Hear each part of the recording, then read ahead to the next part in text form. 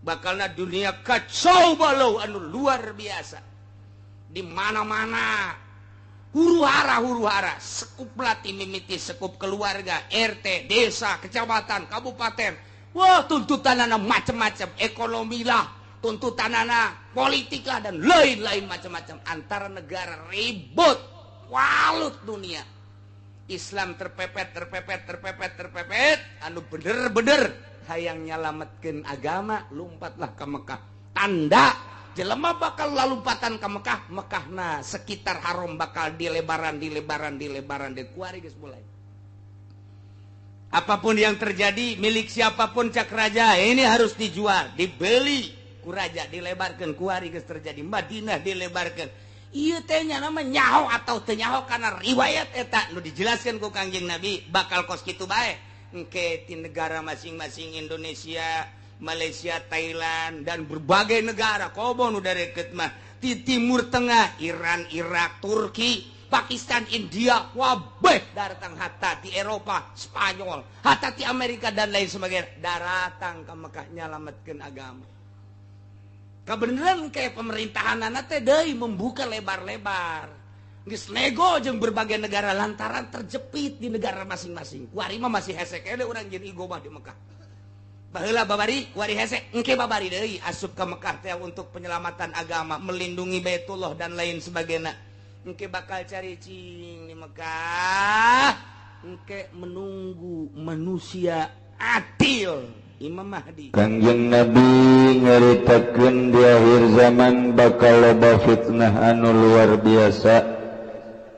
Sebab umat ye awal nama afiyah lungsur langsat rarapi, tapi di akhirna bala uha loba balai loba fitnah. Sahur Kangjeng wataji'u fitanun, bakal datang berbagai fitnah yatslu ba'duha ba'dun nu bakal macakeun sawarehna ka sawarehna deui. Woi, engke mah bakal anu, woi bakal anu, tapi tata geus diomong-omongkeun. Jadi di beja-bejakeun heula kos kolot urang baheula. Kolot urang teh baheula teh nanti mana meureun eta bahasa-bahasa kolot masih kadedengekeun keneh bae. Engke mah sia lalaki jadi bikang jadi lalaki, eta bahasa kolot baheula. Sia lalaki bakal jadi bikang bakal jadi lalaki, hartina lalaki kos awewe kos lalaki. Mulai tak tekebel buk panjang, awewe lalaki bukna panjang, awewe bukna para rendek. Eta omongan kolot teh nyata jasa. Nyata. Engke mah sia pakaian lalaki jeung pakaian awewe teh atuh sapake, lalaki awewe kuari. Kaos sapake, celana sapake, atuh sepatu sapake, geus sapake bae malah mun urang keur naik mobil teh aju aya nu naik motor boncengan bisa tetebakan lagi teu bigang dibajah ya. Lagi dibagang aya ada laki. Oh bener laki. Barang turun teh aya susuan. Tuh salah sia berarti. Tak eta teh tetebakan non kolot baheula mah bisa. Engke mah di sawah teh di sawah sia eta teh bakalna uluh tangkal listrik loba jasa di sawah lain tangkal pare diganti ku tangkal listrik arti menyama di sawah ya tangkal listrik ge lain tangkal pare horenganan jadi perumahan ieu atuh sawahna diganti. Engke mah jelema dagang teh dagang imah sia imah didagangkeun dipikir ku urang mah digotongan imah oh lain atuh dijieuna di mata kolot baheula nyararata jasa masyaallah luar biasa. Engke mah partai nyaritakeun partai loba, engke bakal saeutik ke di akhir bakal loba deui, partai ke bakal saeutik deui ke bakal loba deui. Itu bararagus mah bagus nah kabeh ge makin ka ditu makin jore bae dileutikeun jore dibawakeun jore. Kolot baheula geus ngomong teh heula. Sagala rupa ke siram geus aya kali ngujur ngulon tamah caina lain bakal jadi cai biasa bakalna getih tamah nu nyaianana. Lamun engke bakal pemerintah jieun kali ngebat kulon ket wetan ti wetan ka kulon eta teh engke eta mah lain jang cai biasa, eta mah lain jang nyanyian sawah, lain jang nyanyian huma, lain jang nyanyian masyarakat, tapi ka utama bakal getih. Eta iraha di mana-mana geus nyambung pulau ke pulau. Baheula mata pulau Cangkir diomongkeun teh bakal nyambung, eta cicirita geus moal beres. Engke mah pulau Jawa jeung Sumatera nyambung, Madura jeung pulau urang nyambung. Engke bakal aya jalan ngebat lempeng, bahasa kolot mah baheula eta kos kitu horeng tol eta kuari. Eta janyara rata, tah eta tah nu pake anggeran jasa mah di lembur urang mah ieu Tangerang Serang Pandeglang, tah eta tah nyambungna gitu antara urang jeung nu tadi caritakeun gara. Tah adu sejarah teh naon? Pulau Cangkir nyambung kuari geus nyambung. Nu jualan imah geus loba, tol geus aya, nyararambung bakal disambungkeun deui atuh itu nya urang ieu Merak kitu Sumatera teh bakal aya tol terus sabada eta bakal jieun kali ke omongan kolot baheula tah ke lamun geus nyambung tol Sumatera, Pulau Jawa jeung Pulau Madura ke kakarak aya kali ngulon ngetan tah eta mah bakalna eusina tah eta mah teh caina getih bakal. Perang teh jeung saha ieu teh jeung Inggris jeung Belanda moal ka DDI, Amerika moal ka DDI, eta jang perang saha? Kakakna bakal ngebunuh adina, bapak bakal ngebunuh anak, anak ngebunuh bapak, emak dibunuh, dulur dibunuh, pemerintah ngebunuh rakyat, rakyat ngebunuh pemerintah. Eta kolot baheula mah kos kitu heuh meureun perang saudara mun cara kurang. Dia cirikeun bae ke bakal dijieun ke kali ngebat di mana geus beres direncanakeun ge. Asal geus nyambung Madura, Jawa, Pulau Jawa jeung Sumatera ke bakal aya kali ngebat tidinya beres ngabangun lila ngabangun puluhan tahun. Nah eta ke bakal aya perang saudara nu dahsyat luar biasa, saling membunuh. Eta mah ciri doang. Berarti perang saudara anu bakal nya. Gitulah kolot baheula eta nyahoan jasa tah fitnah teh dibacakeun Kangjeng Nabi mah nyaritakeun kieu. Engke bakal kasratu walawi zina, anak zina loba jasa bakal. Nagara ge dipimpin ku anak zina, imam masjid ge anak zina. Bakalna imam Jumat anak zina, di kantor-kantor anak zina, nu jadi presiden ge anak zina. Kangjeng Nabi bakal kos kitu maknya, henteu maknya aja kuari anak zina mah luluh atuh. Pertikahanana atuh teu bareres panbeureun jadi anakna anak zina geus puguh nu zinah nama kuari ge loba jasa masalah sebab anak zina ngaji Quran bagus kuari jadi imam atuh geus mulai disababaraha musola mah anak zina masalah ngan eta ucapan Kangjeng Nabi bakal kos kitu di akhir zaman teu bakal loba anak zina nu mingpin salat ge anak zina, kantor anak zina, presiden ge bakalna anak zina. Taji'u fitanun yatslu ba'duha ba'don dibacakeun ku sawareh umat ka sawareh deui. Engke bakal loba nu mabok teh geus jadi kebiasaan. Pemuda geus mabok kuari mah ningkat deui lain ngaeuweuhan mabok teh budak SD mabok.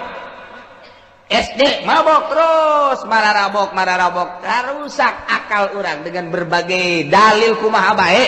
Mungkin serangan Amerika, mungkin serangan pokoknya mah gitulah keayaan anak mabok jelema lain makin eueuh tangkap kuari ditangkap hiji tumbuh 10, tangkap hiji tumbuh 100, tangkap terus bae sa Indonesia merabok pohara jasa mabok identik jeung zina, mabok zina judi terus bae buat eureun-eureun mah bakal loba judi riba teh Kangjeng Nabi kasratur riba engke mah kuari mah munggah haji bae bisa teriba munggah haji urang teu bisa teu make bank berarti kan mah riba terus riba dagang riba haji riba segala rupa riba nementak eta teh geus umul balwang kena sahabat naroskeun Gusti Rasul eta ku loba-lobana riba engke urang kumaha atuh haram gitu cukup nyokot jang ukuran ibadah ka Allah bae jang ukuran dahar nginum jang cukup ibadah eta geus salamet sakitu bae leuwih tidinya cilaka tayylah tajiru fitanun yatslu ba'duha ba'don bakal datang berbagai fitnah nu bakal ngomongkeun sebahagian ka sebahagian deui geus diomongkeun tajiu sayati Kangjeng Nabi geus caritakeun bakal datang tah kuari urang tahun 2000 pas jasa naon nu diucapkeun ku Kangjeng Nabi di tahun bangta 1400 kali tuna makin mantap makin loba makin dahsyat fitnah teh mantap kadina taji'u fitnatun datanglah fitnah fayaqulul mukmin cek jelema mukmin asana hadhihi tuhlikuni fitnah ieu asana nu bakal ngarusak ka urang aduh asana bahaya engke sumatan kasih pulas eueuh deui engke wataji'u fitnatun datang deui fitnah fayaqulu cek mukmin asana fitnah ieu nu bahaya mah hadhihi aduh asana ieu nu bahaya mah yeuh eta selalu kitu bae kuari urang teh lamun anu memang henteu mikiran kana kasalamatan di akhirat mah dak pilkades mulai ustad dibarere duit kiai dibarere duit atuh ustad ondok mah seuseuriah ondok teh seuseuriah asa meunang asa untung tapi kapan ari anu mikiran engke kumaha di akhirat mah pan ieu teh sogokan nu kos kieu ngaranna pikiran nih aing salamatan tempat ieu disogok ieu milih salah asana rusak ieu ku fitnah ieu tah nu bener mah si kiai si santri si masyarakat teh mikirna asana rusak ku fitnah ieu mah kelas eueuh de jol pilkada leuwih gede ieu mah leuwih gede seserian pan anu sok ka pendopo mah mantep lumayan 3 juta saminggu sabulan atawa antri di ditu teh cak anu kos kitu mah seserian huhahe tapi cak anu mikir mah asana fitnah ieu nu bahaya mah ieu duh kamari mah leutik ieu mah leuwih gede asana bahaya dah datang ka hari las eueuh datang pilgub lumayan kuari bae ge Tangerang teh geus kabagi 2 kiai teh aya Kiai Wahidin aya Kiai Atutin sabagi 2 kuari teh kadeuleu ieu Kiai Wahidin jeung Kiai Atutin lain deui mah lamun buringas Kiai Atutin eta lamun anu bangsa kieu eta Wahidin eta mah kitu di Serang di Pandeglang Kiai Ustad geus kabagi antara Yan Kosimul Kiai baena Wahidin wa Atutin jadi geus kabagi 2 kuari geus sebagai itu motor lagi lamun diselat teh atut lamun Wahidin mah mogok Wahidin mah eta kos kitu mah fitnah bagi anu raramean mah anu asa meunang geus heheotan bae tapi nu mikiran aing salamatan teh di akhirat ku kos kieu teh ieu pan bisa dipertanggungjawabkeun ieu teh sogokan teh ieu teh halal apa henteu sih duit kos kieu mikirannya asana ku ieu aing rusak ieu bahaya ieu beres eta las eueuh pilpres leuwih gede teu eureun kitu jeung kitu bae taji'u fitnatun gontok-gontokan ke berbagai organisasi gontok-gontokan antara partai jeung partai ngan lamun kurang dipikir teu kumaha gontok-gontokanana lamun urang dek berjuang ye boga pikiran hayang berjuang tok urang kuari cicing di Indonesia sementara Muhammadiyah terus bae nyulusup sedangkan urang kan hese eta teh untuk menopang eueuh di jalan kecuali kudu make organisasi di NU urang asup ka NU beneran NU ribut NU jeung Muhammadiyah fitnah kanu aya Islam papada Islam timbul deui PKS kok ieu nyelonong bae si PKS teh PKS teh nyelonong jasa teh pugu anggeranana dasar hukumna teu pugu anu teh urang otomatis ka nyieun tandinganana partai berarti dah naon ieu partai urang ieu tadi PKS kuari urang PKB geus eueuh maut dia bibiranana anu aya keneh tapi wujud Kang Adam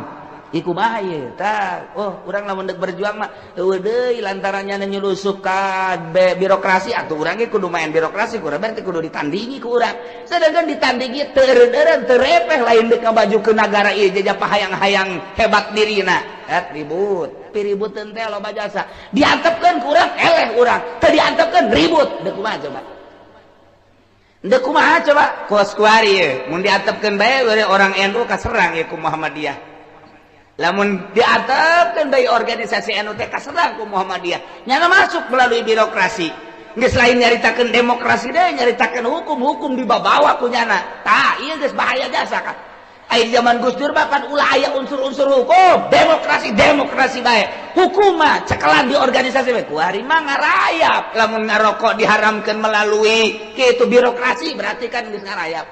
Lamun tolak tilu jadi hiji melalui birokrasi kan berarti geus diserang.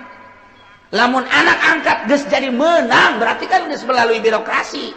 Mui kuari. Nah, diusapan titah nyeun keputusan. Kan berarti ini diserang ku Muhammadiyah. Urang maca diserang ya, tapi orang Jogja mah diserang. Diserang gitu, diserang. Kalau inget Haji Muhadi bae maca koran di dia. Hari Senin Bupati sedang apel diserang. Diserang apa ya? Di dia maca koran, ini diserang bagaimana ya? Ada apa ya? Oh, mana coba lihat. Diserang bukan diserang. Oh iya, diserang. Aduh, Bupati hari Senin apel diserang. Sama apa diserangnya? Serang, sia udah serang atuh. Salah maca berbahaya.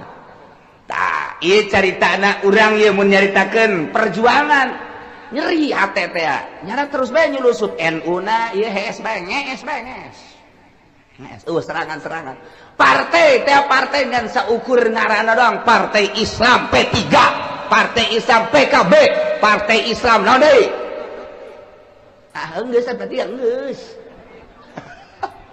Tuh BPR dan lain sebagainya ngaran doang perjuangan nama tetep baik PKS dulu coba halangan atuh sia mun urang gairah timbul aing tampil teh ieu mah nu tampilna si bangsa bocokok deui bae kuduna anu siap ngaberesan tah ieu urang beuki lamun deuleu kadinya rapuh amat atuh Indonesia teh rapuh amat kumaha kahareupna timbul lah gairah hayang urang fitnah nu aya perang antara politik partai jeung partai, perang antara organisasi urang cicing berarti nyana terus-terusan merajalela. Urang berangkat perang teu eureun-eureun. Ilah zaman fitnah ngaranna lantaran henteu leuleuy hatena henteu tawadu ieu mah pahayang-hayang ka bagi.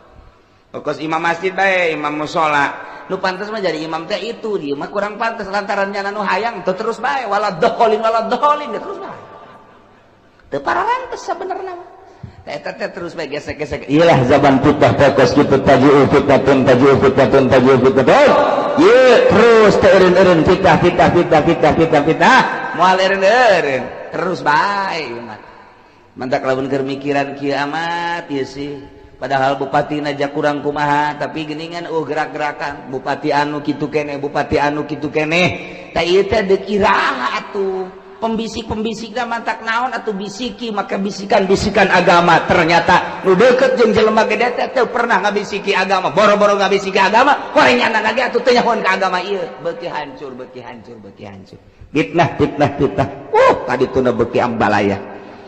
Tuh engke mah meureunna nu nyahoan ka pangeran meureun nyahoan maraca buku bae jeung di laptop bae terus bae belajar teh make televisi make kitu buku kabelah dina koran henteu make belajar langsung ti guru geus waktu fitnah makin fitnah kuari nu oleng otakna loba jasa anu nyokotan wiridan ti buku di wirid nyokotan buku nyokotan wiridan ti televisi nyokotan wiridan ti kitu naon kitu ngaranna ti satelit dan lain sebagainya ayeuna kuari oleng jelema gede aroleng akibat tina wiridan kos sekarang itu kos nanahonan nah iyalah fitnah zaman fitnah teu menang salah setik tah nu mentek ieu dicaritakeun ku Kangjeng Nabi bakal pohara luar biasa kita faman ahabba saha jelema nu dikahayang ayu zahzah dijauhkeun tina neraka ayu dukhala jannah atau diasupkeun ka surga fatatihi fitnatahu maka kudu ngadatangan kana fitnahna wa huwa yu'minu billahi wal yaumil akhir bahasana kos kitu tapi nu dimaksudna mah kieu fitnah pasti datang tapi jelema tetep bae iman ka Gusti Allah iman ka yaumil akhir lamun hayang salamet jauh tina neraka hayang salamet berarti asup ka surga ketika fitnah datang ulah milu-milu cicing bae iman ka Allah iman ka yaumil akhir tetep bae teu bisa diganggu gugat teu aya tawar menawar nyana mah kitu bae eta salamet kamu geus bae cicing waalaikumsalam ieu aya sumbangan ti atut gede teh letik letik haram gede ya maja haram haram. Main sama mobilin terus motor. Sama mobil halal. Aduh, masya Allah. Waalaikumsalam. Ijaya ya tizati. Itu bukan sebenarnya 500. Haram. Haram. Bejakan haram. 500.000 haram. Haram. Aing mah geus moal nih. Tanggung jawab di akhirat. Hese. Minggu harap dikiriman nih. Berarti 5 juta. Haram. Tanggung jawab na hese. Ayo lah, bong. Nanda daletik seorang haram. Minggu hari bilang seperti itu 20 juta. Haram. Haram. Iki bani jadi 50 halal budak. 50 mah kebeli apaan sakan urut-urut bae mah. Halal tamah. Lamun 50 juta deui bae pidato ya. Kiriman dulur. Atuh naon hesena sapira milih atut. Jakula laki kitu kubikang kitu. Atuh masalah aja. Dipimpin ku saja bakal kitu-kitu keme. Geus maningan atut bae diteruskeun. Eta 10 juta kenceng sorana eta. 10 juta kenceng jasa ke 5 juta mancan pati kenceng. Tapi kalau 10 juta kenceng. 100 juta gitu 100 juta kencengnya. Mun 1 miliar mah asana pegata. Urat pegat asana 1 miliar mah. Eta tolol aja saya kuari kiai teh. Lepas dari kalah dan menang, lepas dari begitu atau tidak begitu, haram tina jihad milih awewe lagi geus haram. Tapi ieu kajeun ka masyarakat mah bodoh ieu kiai nu nyaho hukum. Kolol lagi, tolol deui. Tama ibnu tolol wa ibnu tolol wa ibnu tolol. Wa ibnu goblok gamah tuh. Di Indonesia bae ge di Indonesia Tangerang geus loba jasa pan eta. Ieu mah lepas dari kumaha pelaksanaanna sama atau tidak sama, eta teh geus haram. Milihna haram. Quran ar-rijalu qawwamun 'alan nisa. Teh mah jadi pamimpin layak lalkom, teu bisa diganggu gugat tah. Lamun datang fitnah seperti eta, kemudian manehanana teger bae, haram bae. Salamat surga tanu geus kitu. Lamun dak dia datang dak dibere duit, hanya halal lalong sia. Neraka. Bari kurang dipresentasikan nih mah di Tangerang, Serang jeung Kabupaten Pandeglang. Kiai nu kabeuli jeung nu teu kabeuli lobaan mana suarana? Lobaan nu kabeuli berarti lobaan kiai nu ka neraka. Cak masyarakat tadena aing mah teu jadi kiai bae ka neraka komo sia.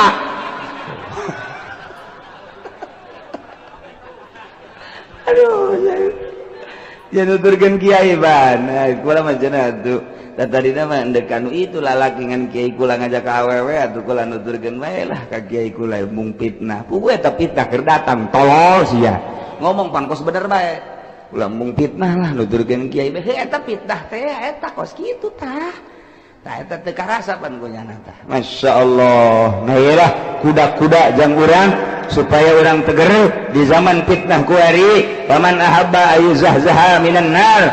Saha jelema nikah yang dijauhkan tina neraka anin nar tina neraka durukala atau diasupkan ke surga. Nah iya mah geus hiji bae geus atatihi fitnatahu wa huwa yu'minu billah wal yaumil akhir. Fitnah pasti datang. Ketika fitnah datang teger jasanya na iman ka Gusti Allah. Asal geus iman ka Gusti Allah ka yaumil akhir berarti sieun. Naon kitu nadahan fitnah ngajauhan berarti tina fitnah. Sieun iman ke Allah, iman ke yaumil akhir, berarti dia tidak mentolerir terhadap fitnah-fitnah kos gitu. Ngajauhan tina fitnah, nyelamatkan diri menuju ridho Allah Subhanahu wa ta'ala. Wal ya'ti ilan nas billadhi yuhibbu ayyuta ilaihi. Nyana datang ke manusia mawa kekuatan diri nu sakumaha didatangkeun ka dirina. Pokona mah nyana kitu-kitu bae. Keur sorangan kitu, keur babarengan jeung manusia kitu bae. Percis kos dina engke bakalna kos tengah peuting aya damar. Percis kos dina sirah anu bulu buukna hideung aya hiji nyeng celing teteh naon ngaranna huwis. Bakal kadeuleu ge lamun urang teger dina agama, sieun ka Gusti Allah, iman ka Gusti Allah, berarti sieun ngajauhan tina fitnah. Di tengah-tengahkeun merajalelana fitnah, bakal percis kos tengah peuting aya damar kadeuleu ku sasaha. Sinarna percis kos tidak sirah ke tubuhna hideung aya uis hiji yang celing hiji bakal kadeuleu. tah kitu dicaritakeun ku Kangjeng Nabi urang Kangjeng Nabi Muhammad sallallahu alaihi wasallam tentang fitnah-fitnah nu bakal datang terus moal eureun-eureun fitnah teh terus bae. Terus ikir carita ala kadarna doang fitnah kabelah dieuna fitnah tina televisi, fitnah tina HP, fitnah tina kitu komputer dan lain sebagainya. Engke bakal tambah deui fitnah dan berbagai fitnah. Geus puguh nu tadi caritakeun kabair pakabair mah baheula mangan sakadar teu saralat doang fitnah teh tapi teu ngalawanan kanu salat ku hari mah fitnah teh nya teu salat nya ngalawan kanu salat. Geus puguh ku baheula mah nu mabok eueuh di lembur ku hari mah mabok merajalela zina judi.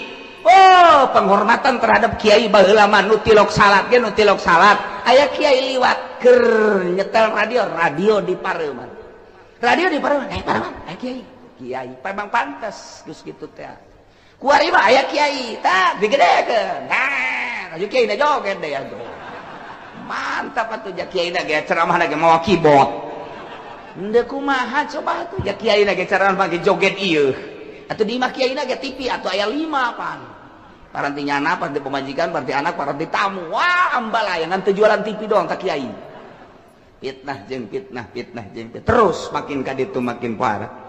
Terus disapirakeun bae ku kiai teh HP dianggap enteng, televisi dianggap enteng.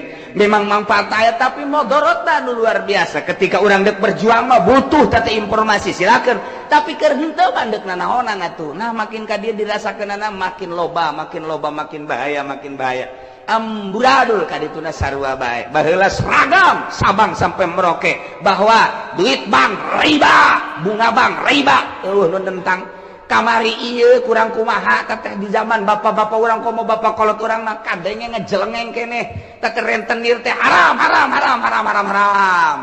bunga bank haram Sabang sampai Merauke di Indonesia ulah nyaritakeun internasional nasional seragam kabeh mulai teu aya hiji dua halal ditukil ku kiai make jamul jawame bahwa bunga bank teh halal di jamul jawamean. Masya Allah ku berani teh geus teu kudu dilawan tah mah sok kusia jamul jawamean goyatul usulan los leg-leg kusia tapi urang mah geus boga anggaran kurang kumaha Fathul Muin kurang kumaha kitab kitu naon ngaranna Ihya na Minhajul Abidina jeung berbagai kitab-kitab fikih bacaan bae geus teu kudu nukil-nukil sebab saralah ku ari tukilan-tukilanana.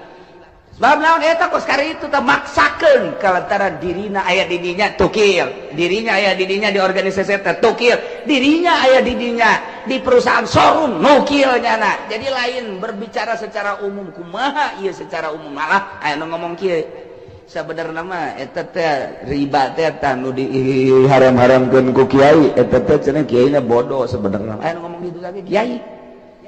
Tama kiai na bodoh sebenarnya mah ieu teh ieu naon ngaranna bank eta teh sebenarnya mah perusahaan kiai nu sebenarnya mah showroom tak kredit eta teh sebenarnya perusahaan kiai santri teh kudu nama usahana kos kitu teh jadi teu capek tapi untungna gede nu sabenerna mah eta teh diciptakeunna kudu ku santri mun santri palalinter mah eta kiai anu ngomong kos kitu mudah-mudahan panjang umur teh batur kieu teh mudah panjang umur bisa tobatna. Masya Allah geus kabali ngerjasa selidik horenganan kiaina anakna boga showroom atuh ai endek boga showroom mah ulah ngomong-ngomong kos kitu terus bae leg-leg ka apa ku kiai jadi orang koros mah tuh tah ieu timbul ucapan-ucapan fitnah jeung fitnah keur nyaritakeun fitnah tungtungna kiai jeung kiai fitnah ku teu seragam dina hukum teh maksakeun diri inilah di akhir zaman bakal loba fitnah terus moal eureun fitnah teh bakal terus menerus hiji jelema nu salamet tina fitnah anu iman ka Allah jeung ka yaumil akhir hartina tetep netepan dina sieun ka Gusti Allah Subhanahu wa taala. Allah nah Kanjeng Nabi Isa dipanggil ku Gusti Allah ditanya Ya Isa bin Maryam azkur ni'mati 'alaika wa 'ala walidayk idh ayyatuka biruhil qudus. Keistimewaan Kanjeng Nabi Isa alaihi salam di dunia ayat 7. Keistimewaan Kanjeng Nabi Isa di dunia ayat 7 sangat menonjol luar biasa. di luar jangkauan manusia, di luar konstatir manusia. Hese neangan tandingna model Kangjeng Nabi Isa alaihi salam. Tapi kan datang ke kiwari moal aya tanding Kangjeng Nabi Isa. Maka istimewana dipuat di Al-Quran. Nu bakal katenge kurang engke dipenta pertanggung jawaban di harapan Allah. Di Rabbul Jalil. Urang kuari geus nyaho keistimewana 7. Hiji. Hei Isa. Putra lalaki Maryam. Ingat anjeun. Karena nikmat kaula nu telah diberikan ke anjeun jeung ka indung anjeun. Kudu disyukuran nikmat tersebut. Kaula nu agung cak Gusti Allah melen mere nikmat ka anjeun 7. Hiji. Isa inget anjeun iz ayyatuka biruhil qudus. Waktuna kaula nguatan ka anjeun biruhil qudus. Dengan malaikat Jibril. Kumaha mang? Tukallimun nasa fil mahdi wa kahla. Borosot Kangjeng Nabi Isa lahir tanpa bapak.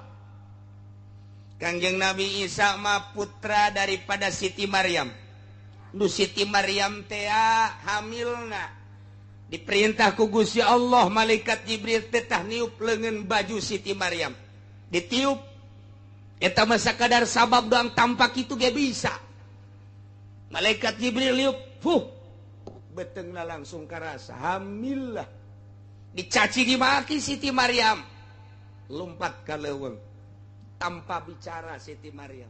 Lantaran Siti Maryam waliatullah. Lain jelema sambarangan Siti Maryam teh. Jelema nu murni jeung suci, nu bakal ngalahirkeun manusia murni jeung suci. Tapi samemeh kelahiran anak Siti Maryam dicaci dimaki, dianggap pezina Siti Maryam teh. Panjang dongengna nu geus didongengkeun di surat Ali Imran. Ieu mah neruskeun rek caritakeun keistimewaan Kangjeng Nabi Isa nu bakal dipertanyakeun ku Gusti Allah. Lahir ke dunia Kangjeng Nabi Isa mah keur diayun keneh, dibantu ku malaikat Jibril bisa ngomong. Lantaran dituduh zina Siti Maryam. Lantaran dituduh zina, orok tersebut ditanya. Begitu ditanya nyarita. Inni Abdullah ataniyal kitab. Kulama hamba Allah nu dibere kitab ku Gusti Allah, Injil bakalna. Hamba Allah. Hiji. Sahatah anu ngabantuan ngomong keur waktu di ayunan. Sahatah anu ngabantuan ngomong keur waktunya na aya di buayan. Keur manehanana jadi orok. Biruhil Kudus malaikat Jibril jadi pendampingna. Dioyakeun ku malaikat Jibril sungutna, lisanna. Dibere bisa ngomong hakikat nama Gusti Allah anu nyandingkeun malaikat Jibril ka diri Kangjeng Nabi Isa alaihi salam. Kadenge inni Abdullah ataniyal kitab. Kadenge ku masyarakat. Hiji. Nomor kaduana engke bakal nyarita deui nu sarua bahasana wakahla setengah tubuh. Ieu ayat wakahla nandakeun yufidu nuzulahu qabla sa'ah, bakal turun deui Kangjeng Nabi Isa memeh kiamat. Lantaran aya bahasa wakahla. Wakahla teh umurna setengah tubuh. Kangjeng Nabi Isa waktu diangkat ke langit ku Gusti Allah, dikejar-kejar ku Yahudi, umurna 33 tahun, 3 bulan, 3 poe. Itulah Kangjeng Nabi Isa diselamatkan ku Gusti Allah. Kuari aya di luhur langit. Tanda ayana di luhur langit ketika junjunan alam Kangjeng Nabi urang Kangjeng Nabi Muhammad sallallahu alaihi wasallam mi'raj pendak sareng Kangjeng Nabi Isa alaihi salam. Aya keneh di luhur. Masya Allah. Jag-jagwa ringkas. Tah Kangjeng Nabi Isa diangkat ke luhur langit disalamatkeun ku Gusti Allah. Nu dongengna geus dicaritakeun dina surat Ali Imran. Ayalah jelema anu akur jeung Kangjeng Nabi Isa atawa anu persis jeung Kangjeng Nabi Isa, dibunuh, disalib, dianggap Kangjeng Nabi Isa. Pecinta Kangjeng Nabi Isa disalib. Nu kuari kieu bae teh tadi salib teh make calana-calana acan. dianggap pangeran eta lain Kangjeng Nabi Isa alaihis salah. Kangjeng Nabi Isa naik ke luhur langit, diangkat ku malaikat Jibril. Yelah ta ai iz ayatuka biruhil kudus. Ai nguatan ke anjeun cak Gusti Allah hai Isa.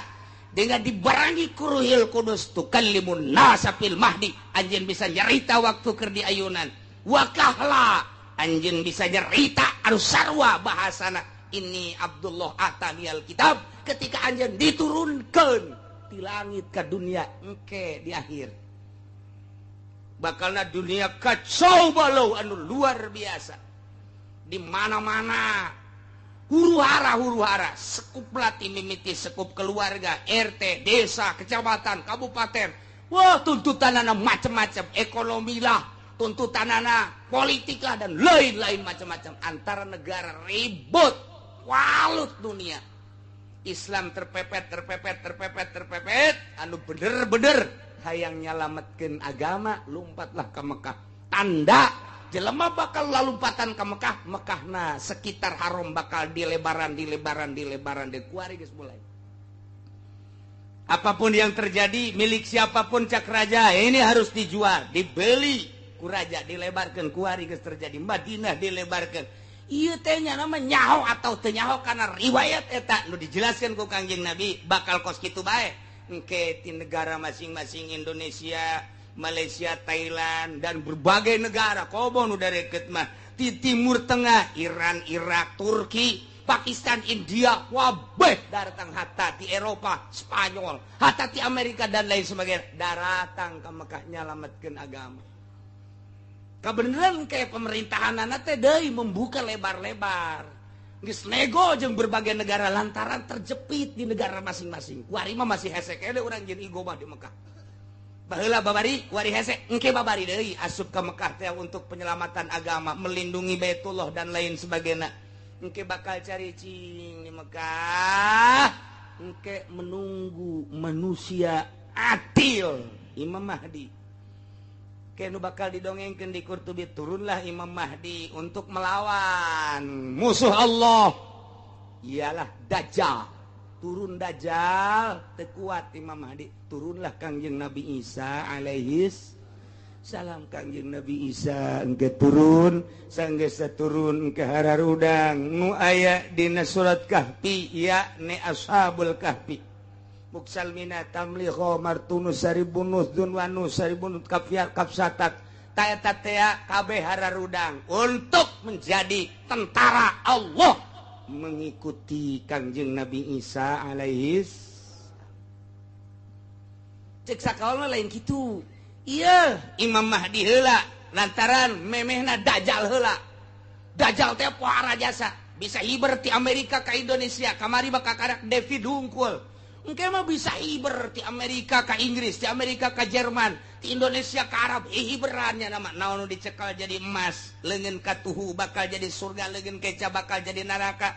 Nyana ngaku-ngaku pangeran, asal teu percaya dibunuh ku nyana, asal teu percaya dibunuh. Mending dibunuh teh ngan saukeun dibunuh mah, dibunuh, diusap, dihudangkeun percaya henteu sia aing pangeran. Jelema kualut kabeh sujud ka Dajjal, kuari mah kakarak sujud ka atut doang. Engke maka Dajjal ujianana. Dajjal disujud, oh iya pangeran teh, hayang duit, cekel. Yo, hayang emas, cekel. Yo. Ujianana naon kebutuhan urang. Cak urang kulon teh kami mah ieu geus eueuh cai. Gampang, cai, hujan, maju. Turun dirinya. Wer. Ditanya, cukup hujan? Cukup ngican cai cukup. Eureun sia hujan. Endeu kumaha deui? Ndek kumaha deui kuari mah kakarak impes daging bae ge sarujud jelema. Kakarak bunga bang bae ge sujud. Kiai nu haram-haramkeun dicaci dimake ceun teuing aing mah karasa siang kamu disidang di hadapan Allah. Aing geus nyampaikeun ka sia. Tapi awas ya. Kuat henteu sia nang tangan siksa Allah. Nah, ieu kuari ge sararujud ka nu kos karar itu. Jabatan disujudan tanpa jabatan moal dahar murtad sia.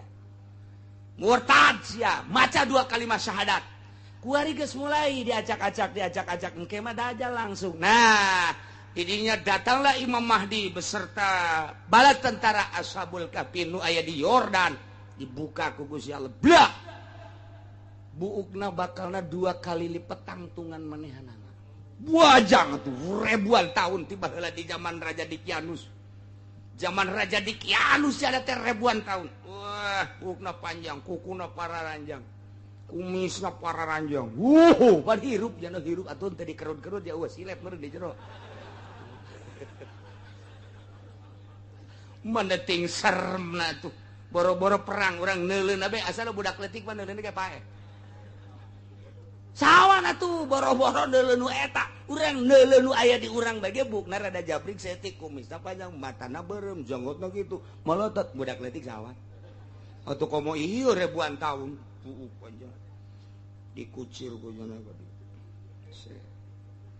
kumis wararanjang juang mata puru nyebut kalimah la ilaha illallah asana kafir ge kafir kapaksa tak ku sieun kapaksa ku sieun aing mah neuk syahadat bae ku sieun melawan lah ayeuna ngajungkel beak geus dajjal turunlah Ya'juj wa Ma'juj anu dibenteng ku Dzulqarnain nu aya dina surat Kahfi raja sadunia 2 Islam teh hiji Raja Dzulqarnain nu pernah ngabenteng laut nomor kedua Kangjeng Nabi Sulaiman alaihis salam raja kafir ge sadunia 2 nomor kahiji Raja Namrud nomor kedua Firaun jadi sabanding bae eta Firaun dinasti Firaun terus datang ngakuari dinasti Firaun datang ngakuari dinasti Firaun 1 Firaun 2 Firaun 3 kuari ge Firaun nu kasakean lah melain Firaun mah tuh moal dibom Irak, melain Firaun mah moal dibom atuh kitu Libya, melain Firaun mah Firaun dinasti Firaun dilanjutkeun. Termasuk dinasti Islam ngan kedinastianana geus dikaburkeun. Diganti padahal terus bae. Nah ieu engke kakarak turun Kangjeng Nabi Isa alaihis salam berjuanglah Kangjeng Nabi bahkan kawin Kangjeng Nabi Isa di masa eta. Mahmur dunia teh kamahmuran geus sasa dicaritakeun jelema syahadat kabeh jelema Islam kabeh jelema iman kabeh ieu bakal taya dalilna ke panjang dongengna deui ieu mah keur nyaritakeun bahwa Kangjeng Nabi Isa diturunkeun deui di langit setelah dinaikkeun umur 33 tahun 3 bulan 3 minggu 3 poe turun deui nyarita nu sarua. Kok bisa sarua itu ayat tukabiruhil kudus cek Gusti Allah aing teh geus nguatan ka anjeun melalui ruhil kudus Jibril selalu ngabarengan anjeun ingat anjeun Isa hiji nikmati Gusti Allah eta nikmat kedua wa idzalam tukal kitab wal hikmata wat taurata wal injil ingat Isa ketika maneh rada gede begitu maneh asup ke berbagai pendidikan anjeun eueuh nu ngawurukan tapi bisa nulis sorangan Kangjeng Nabi Isa mah bisa nulis sorangan eueuh guruan begitu asup ke madrasah guruna geus dikanyaokeun Pak Guru nu bakal dicaritakeun poe ieu teh sekian poin anu kagetan guru juy Pak nyahoeun balik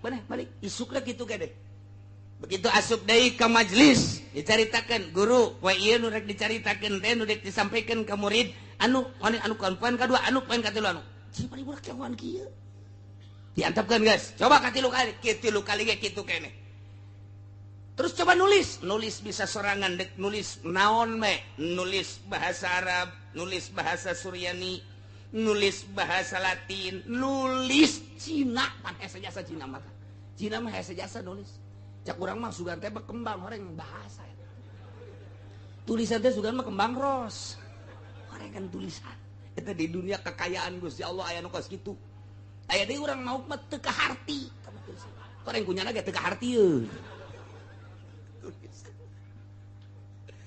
eta teh dibantu ku malaikat Jibril sehingga nulis naon bae jana teh paham bisa ngarti ya Allah ya Rabbi keistimewaan Kangjeng Nabi Isa lain lalawara bahkan nyaon nu diayakan di kantong anjeun teh aya kertas tulisanna di jero anu kageteun jelema jiban bisa nyaho kitu Isa ya Allah ya Rabbi wa iz 'allamtukal kitab ade mana di jero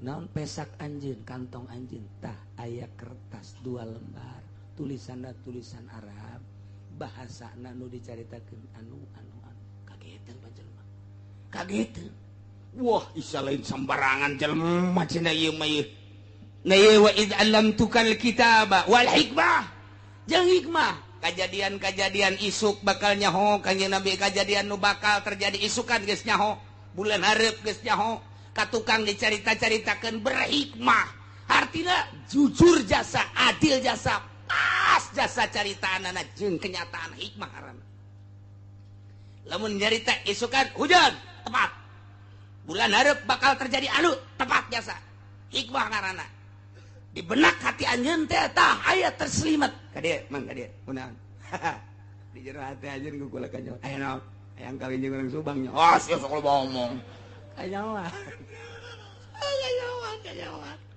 Masya Allah eta teh nang Gusti Allah ingat Isa ketika maneh ku kaula dibere nyaho urusan tulisan nulis naon bae maneh nyaho urusan hikmah maneh nyaho bahkan wat Taurat wal Injil kitab Taurat maneh mapan nyaho maneh nyaritakeun ka umat anjeun dina kitab Taurat diturunkeun ka kitab ka Kangjeng Nabi Musa mah eusina sakean dibacakeun ku Kangjeng Nabi Isa teu pernah belajar Kangjeng Nabi Isa tapi bisa Masya Allah urang mah belajar datang ka kolot teu bisa-bisa datang ka kuari teh teu bisa-bisa bae geus jang ngajina nundutan bae teu bisa-bisa aduh Masya Allah masalah sih masalah lah cara iki suka moal ngaji atuh Allah sih moal ngaji beki bodoh atuh sia sakitu ge ngaji bodoh komo teu ngaji anggeus sana tuh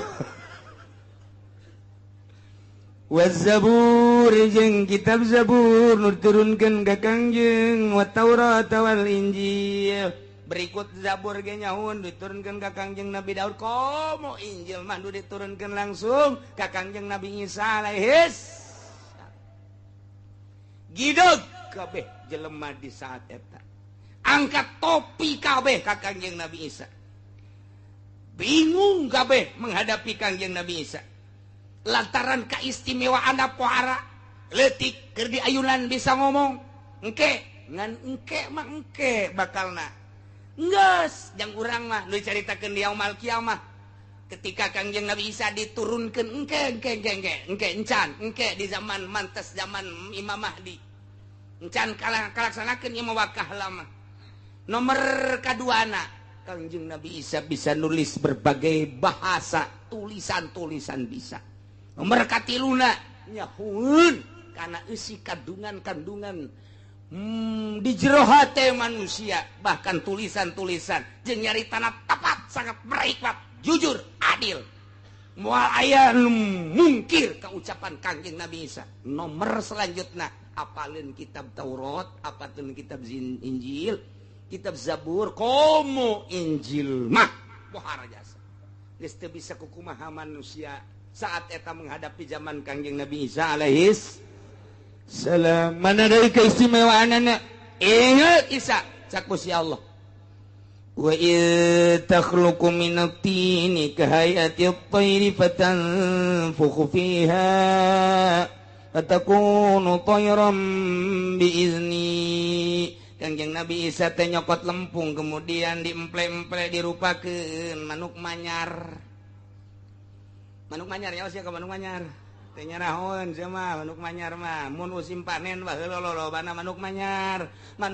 teh resepeunana jeung ayana ku Gusti Allah entah mah saat-saat geus barareukah teh eta teh babarengan jeung manuk peking nu mantak di sawah teh aya bebegig eta teh jang nyingsilnan manuk manyar jeung manuk peking si sabab teh nyaho pan ya sia mah pabrik nyahona oh, engke di kitu-kitu di oyak-oyak guprak manuk hiber. Tah manuk manyar teh tukang malingan pare nu aya di sawah. Baheula mah nu maling di sawah teh manyar. Manyar kuari mah make dasi. Beda rupa doang sebenarnya. manyar namanya eta kene. Nah dirupakeun ku Kangjeng Nabi Isa dibentukeun manuk. Dibentukeun manuk begitu-gitu aju ku Kangjeng Nabi Isa ditiup. Begitu ditiup hiber bisa sasada coba eta. Lempung dibentukeun manuk ditiup hiber jadi manuk beneran. Pan eta lain bantrak-bantrakeun. Nu mantak baheula mah eta bangsa tukang ngangon-ngangon karena itu. Tukang ngangon ge nyokot lempung nu hideung diemple-emple aja di bolongan ditiup ngan teu jadi manuk. Sasada doang tui di bolongan kiri katuhu engke dikitu-kitu. Cek jana mah pajar manuk beureunanan puguh eta mah lempung keneh. Nurutan Kangjeng Nabi Isa ngan teu kesampean. Aya dongeng naon kana eta. Patangi baheula teh aya dongeng naon pangangon teh wasak nyieunna tina lempung mane rapi gitu-gitu ku jana aju ditiup di bolongan beuh pinter jasa. Dibawa ka imah kolotna ngamuk. Ulah dibawa ka imah, ulah sok ditiup kos kitu. Kunaon? Sok eueuh beas di imah.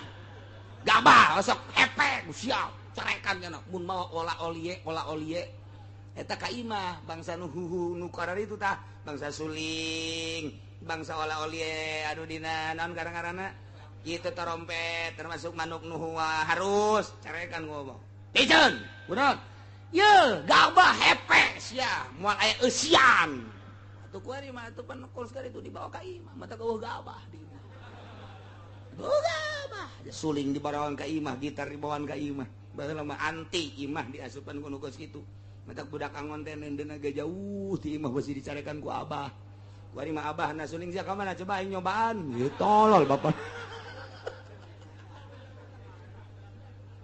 beda zaman kamari ieu zaman kula leutik jeung zaman ayeuna jauh bedana masyaallah zaman murni budak nenden olah-olie nenden suling nenden mamanukan ge embung di imah di saung bae di dieu tadi tutupan ku nyana ku talokop kunaon diteuneung dia besi kanyahoan ku abah budak kuari mah talokop ge teh nyahoan talokop teh talokop awi denden di dinya besi kanyahoan ku abah ku emak sok nyarekan isuk-isuk kakarang ditempo deui jujur jasa budak baheula masyaallah embungeun mawa nu kitu ka imah besi teu dahar cak kana ieu keistimewaan Kangjeng Nabi Isa nyieun mamanukan tina lempung ditiup hiber sasada jadi manuk beneran tonton ku jelema pohara jasa Isa tah eta keistimewaan Kangjeng Nabi Isa alaihis mana deui keistimewaan teh tambah deui keistimewaan anu nomor kalimana wa tubriul kaopatna wa tubriul akmaha wal abrasa biizni buta bisa nyagerkeun nu lampang nu buta bae nu sakitu hesena bisa dicagerkeun lampang nu sampai ka ayeuna eueuh obatan ku Kangjeng Nabi Isa mah diusap doa aya jelema buta usap Kangjeng saya muka aya jelema lampang corop usap aya jelema kitu nu sok baruntung danan ngaran-ngaranna lepra kusta lepra usap cager oh mau nyeri huntu mah di dieu doang cager nyeri untung angga sasal diri geus cager we ieu keistimewaan Kangjeng Nabi Isa alaihis salam masyaallah paling dahsyat deui nomor kalimat wa itukhrijul mauta biizni waktuna Kangjeng Nabi Isa alaihi salam bisa ngahudangkeun jelema nu geus maot nu geus puluhan tahun ratusan tahun ribuan tahun di jero kuburanana bisa dihudangkeun ku Kangjeng Nabi Isa ieu teh alat mukjizat jang tablighur risalah supaya umatna iman ka Kangjeng Nabi Isa bahwa Kangjeng Nabi Isa teh utusan Allah dibere keistimewaan coba Isa mun bener maneh Rasul Allah tah kuburan coba tah ulah nyieun manuk geus nyieun manuk mah jadi emple-emple kitu kadeule tah di jero kuburan hudangkeun teh Kangjeng Nabi Isa mun kula bisa ngahudangkeun mana iman kami ditepak doang ku Kangjeng Nabi Isa ya sahibal maqbarah go biidznillah bukanya teh nu kaluar teh jelema hideung kos orang Afrika nyanyi bari goyang-goyang tong teng tong teng tong teng tong teng tong teng tong teng tong teng tong teng eta kabeh gideg bae Isa sihirna pohara amat sihir tuh. Padahal mah eta teh mujizat. Coba tanya. Cek kaumna ditanya, mananta saha anjeun? Abdi hirup di zaman raja, di zaman Kangjeng Nabi Daud alaihi salam. Pagawean naon anjeun baheula keur zaman Kangjeng Nabi Daud? Kula mandek nyaingan Kangjeng Nabi Daud. Kangjeng Nabi Daud mah suarana bagus, aju kula sok nyaingan tapi teu kasaingan, kula mah jore bae. Jadi kula teh penyanyi di zaman Kangjeng Nabi Daud. Mane iman teu ka Kangjeng Nabi Daud? Alhamdulillah kula iman ka Kangjeng Nabi Daud. Kumaha masyarakat? Geus kadenge? Alah sihir tah mah. Coba balikeun deui, dibalikeun deui. Balik deui irji bismillah. Balik deui, balik deui ka jero sok nutup deui kuburan. Masya Allah. Diiring-iring deui ka Kangjeng Nabi Isa. Coba cek kuburan nu ieu tah kuburan ieu. Kuburan saha? Mun kula bisa ngahudangkeun anjeun iman. Iman. Beneran, benar. Kuari atuh coba maca syahadat. Asyhadu an la ilaha illallah wa asyhadu anna Isa rasulullah. Engke, hudangkeun heula. Dihudangkeun ku Kangjeng Nabi Isa. Ya sahibal maqbarah. Bum, biiznillah. Hudang dengan izin Allah dan iradat Allah. Blak muka. Assalamualaikum ya Isa. Waalaikumsalam. Cek Kangjeng Nabi Isa, man anta? Ana Yapis ibnu Nuh. Kuli kuring ia adalah Yapis, putra daripada Kangjeng Nabi Nuh. Masya Allah, kurang kumaha. Cak kaum lagi balikeun deui. Oke heula cek Kangjeng Nabi Isa ditanya heula. Anjeun nyaho ka kula? Nyaho. Saha kula? Isa alaihi salam. Kula teh sebagai naon? Rasul Allah. Saha jelema anu iman ka Isa kuari salamat, lamun jelema teu iman bakal cilaka. Ulah kos kitu, balikeun deui ka kuburan. Wah, nu bae dakwah blon. Masya Allah, cek Kangjeng Nabi Isa RJ, biidnillah balik deui ka jero kubur. Loba-loba deui nu dihudang-hudangkeun ku Kangjeng Nabi Isa tetep bae teu iman. Sebagian kecil nu iman. Ya Allah. Iyalah keistimewaan Kangjeng Nabi Isa alaihis. Wa idz kafaftu bani Israil anka idz jitahum bil bayinat. Ingat Isa, anjeun waktu dikejar-kejar ku Yahudi ketika anjeun nyampaikeun dakwah, ketika anjeun nampaikeun risalah titah ngimankeun ka aing cak Gusti Allah itu di akhirat. Maneh teh titah nauhidkeun ka aing jeung titah percaya ka anjeun bahwa anjeun teh sebagai rasul aing. Kemudian anjeun ngaluarkeun berbagai mukjizat-mukjizat ti aing. Tapi geuning umat-umat Yahudi mah tetep bae mempertahankeun gede huluna.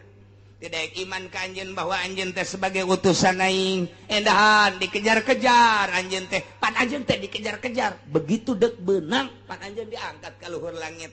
Aing pan eta cek Gusti Allah nunah anti kejaran Bani Israil. Yahudi nu rek ngabunuh anjeun. Ingat iz kafaftu ketika aing nahan Bani Israil ka Bani Israil anka terhadap anjeun. Hina amu bikotlika ketika eta Bani Israel dek ngebunuh anjeun. Ijtahum bil bayinat ketika anjeun menyampaikan risalah ka manehanana dengan berbagai mukjizat. Faqala alladziina kafaru, kumaha cek jelema-jelema nu kafir? Faqala alladziina kafaru minhum in hadza illa sihrun mubin. Yahudi nu kafir kana karasulan Kangjeng Nabi Isa ngomong nage inti aya hadza anu ku anjeun disampaikan berbagai mukjizat ieu mah teu aya naon illa sihrum mubin, sihir ieu mah Isa. Dina hadis dina ayat lain mah dicaritakeun illa sahirum mubin. Ai sahirun mah isim fa'il. Ai isim fa'il mah berarti ka Kangjeng Nabi Isa na anjeun mah pasihir Isa. Teu percaya ka Kangjeng Nabi Isa alaihis. Keistimewaan luar biasa Kangjeng Nabi Isa. Hiji deui. Wa idz auhaitu ilal hawariyina an aminu bi wa bi rasuli. Ingat anjeun Isa ketika kaula ngawahyuan ka kaum hawariyin maksudna mere ilham amartuhum ala lisanihi aing marenta ka kaum hawariyin atas lisan Kangjeng Nabi Isa supaya minubi wa bi rasuli ariman anjeun ka kaula ya ne ka Gusti Allah jeung ka Rasul kaula dibere ilham qalu ngucapna kaum hawariyin teh kumaha amanna washhad bi annana muslimun kaum hawariyin teh pengikut-pengikut Kangjeng Nabi Isa ashabu Isa wa khawasu pengikut Kangjeng Nabi Isa anu kuat imanna ka Kangjeng Nabi Isa alaihi salam anu dibere kaleuwihan kaistimewaan terus tutur-nutur Kangjeng Nabi Isa iman dibere ilham ketika kita iman ka Gusti Allah jeung ka Kangjeng Nabi Isa nyana ngomongna amanna kami iman ka Kangjeng Nabi Isa iman ka Gusti Allah iman ka Kangjeng Nabi Isa alaihi salam kemudian wasad saksian ku anjeun Isa bi annana muslimun kami mah jelema nu muslim iman ka anjeun iman ka Gusti Allah jeung iman ka anjeun saeutik kaum hawariyin teh nu ngabantu kana kalangsungan dakwah Kangjeng Nabi Isa alaihi kumaha eta cek kaum Nasrani dulur kebehan ingat tiba heula datang ke kiwari asana zaman mencatat eueuh duana manusia model Isa oro keneh bisa ngomong lahir suci ti wanita suci Maryam alaihi salam barijeng tanpa bapak kesucianan nu luar biasa kanyahona mulai ditulisan berbagai tulisan jeung rahasia-rahasia hikmah Injil Taurat Zabur nyaweun moal aya tanding manusia model Isa kemudian nyana bisa nyieun hewan bisa ngahudangkeun jelema nu pararaeh ratusan tahun ribuan tahun bahkan keistimewaan nyana bisa hiber bisa nyiples guys. Setelah Isa tidak ada, sekarang kita nobatkan rame-rame bahwa Isa adalah bukan manusia, tapi Isa adalah Tuhan. Setuju? Cakaumna setuju. Ulah letik-letik atuh saya setuju na. Nu gede. Dengan keistimewaan Isa, mulai dari kelahiranana sampai kanyana dakwahna istimewa moal aya tanding ti baheula. Dan sejarah mencatat sampai kiamat pun tidak akan ada bandingannya Isa alaihi salam. Kita nobatkan Isa sebagai Tuhan. Setuju? Setuju. Maknya pangeran dinobatkan ku manusia. Otak pikir. Aing memeh Isa pangeran saha? Maknya manusia, Isa manusia dilahirkan hanya jadi pangeran. Teu harti. Ayatna ye saking keistimewaan anak bisa ngahirupkeun nu paeh bisa nyieun manuk dihirupkeun dan lain-lain sebagainya hikmah nu geus nu encan bisa kanyawan ku Kangjeng Nabi Isa ja nu kieu mah adalah pangeran kita nobatkan Isa adalah Tuhan pembantu Isa Rohil Kudus Tuhan pencipta alam Tuhan Allah Tuhan tiga Tuhan Allah Ruhul Kudus Jibril dan Isa tiga menjadi satu Tritunggal tiga tunggal satu tiga jadi satu itu adalah Tuhan kuari diganti 3 in 1 sampo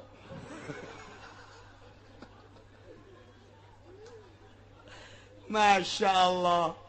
Ini baraca ya orang Kristen ya keistimewaan ya nu paling pakai dalil adu kekuatan yang Islam di Amerika. William mengatakan tidak ada manusia seperti Isa sebab mana manusia yang bisa membangunkan orang yang telah mati. Padahal Tuan Syekh Abdul Qadir lebih dahsyat tibatan Kangjeng Nabi Isa. Lamun Kangjeng Nabi Isa mah ngahudangkeun jelema gum biiznillah. Kang Syekh Tuan Syekh Abdul Qadir mah lain kitu gum biizni tandingan kusia Tuan Syekh Abdul Qadir Kangjeng Nabi Isa mah gum biiznillah hudang dengan izin Allah. Tuan Syekh Abdul Qadir mah aing moal make biidnillah aing mah. Gum biizni, hudang coba eta.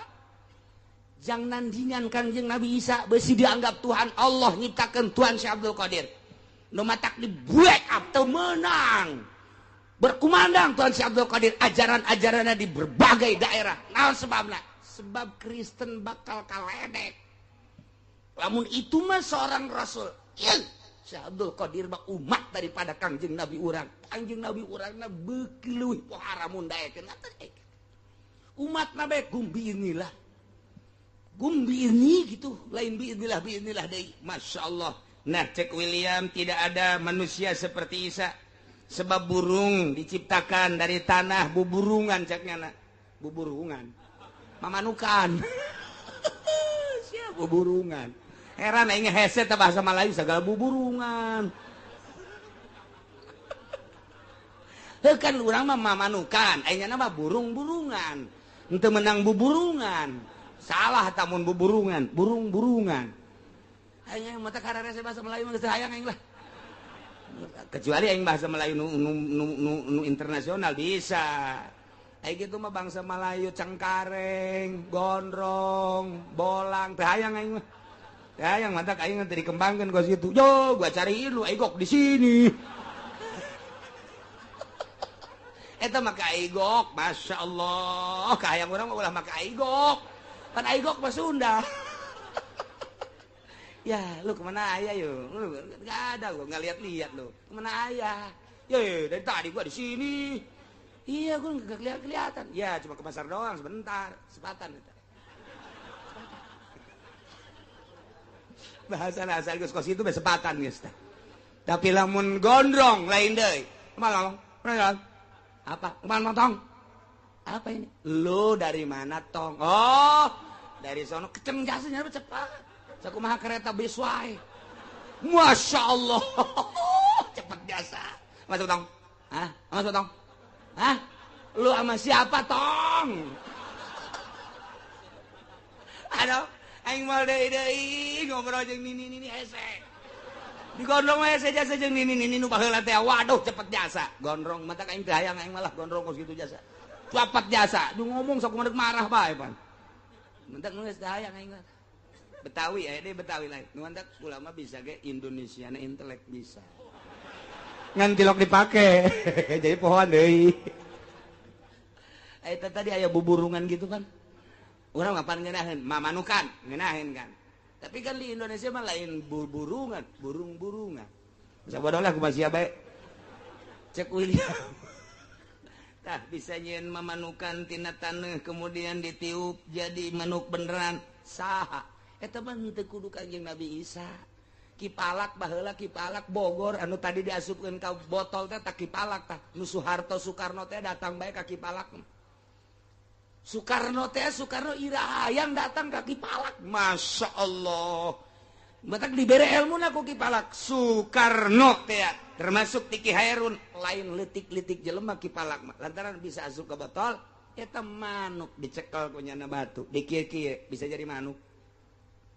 Kipalak kata komo atuh itu mah Syekh Maulana Hasanuddin mah waktu dek tarung jeung rawayan jeung kitu pucuk umun rawayan boga ilmu pucuk umun teh sadeuleu matanya bisa hiber eta ilmu pucuk umun dites ilmu pucuk umun mah 40 imah lamun geus bisa nyebrang 40 imah eta berarti geus lulus tuh mata kuari di rawayan mah imah kudu 40 bae.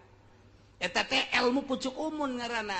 Jang leng-leng nyeritakeun ngetes ilmu pucuk umun 40 imah. Deuleu hiber mun geus ngalengkah 40 imah berarti geus bisa diteruskeun. Kuari ge masih keneh. Engke ka ditu deui satungtung deuleu sat hiber ditandingan ku Syekh Maulana Hasanuddin.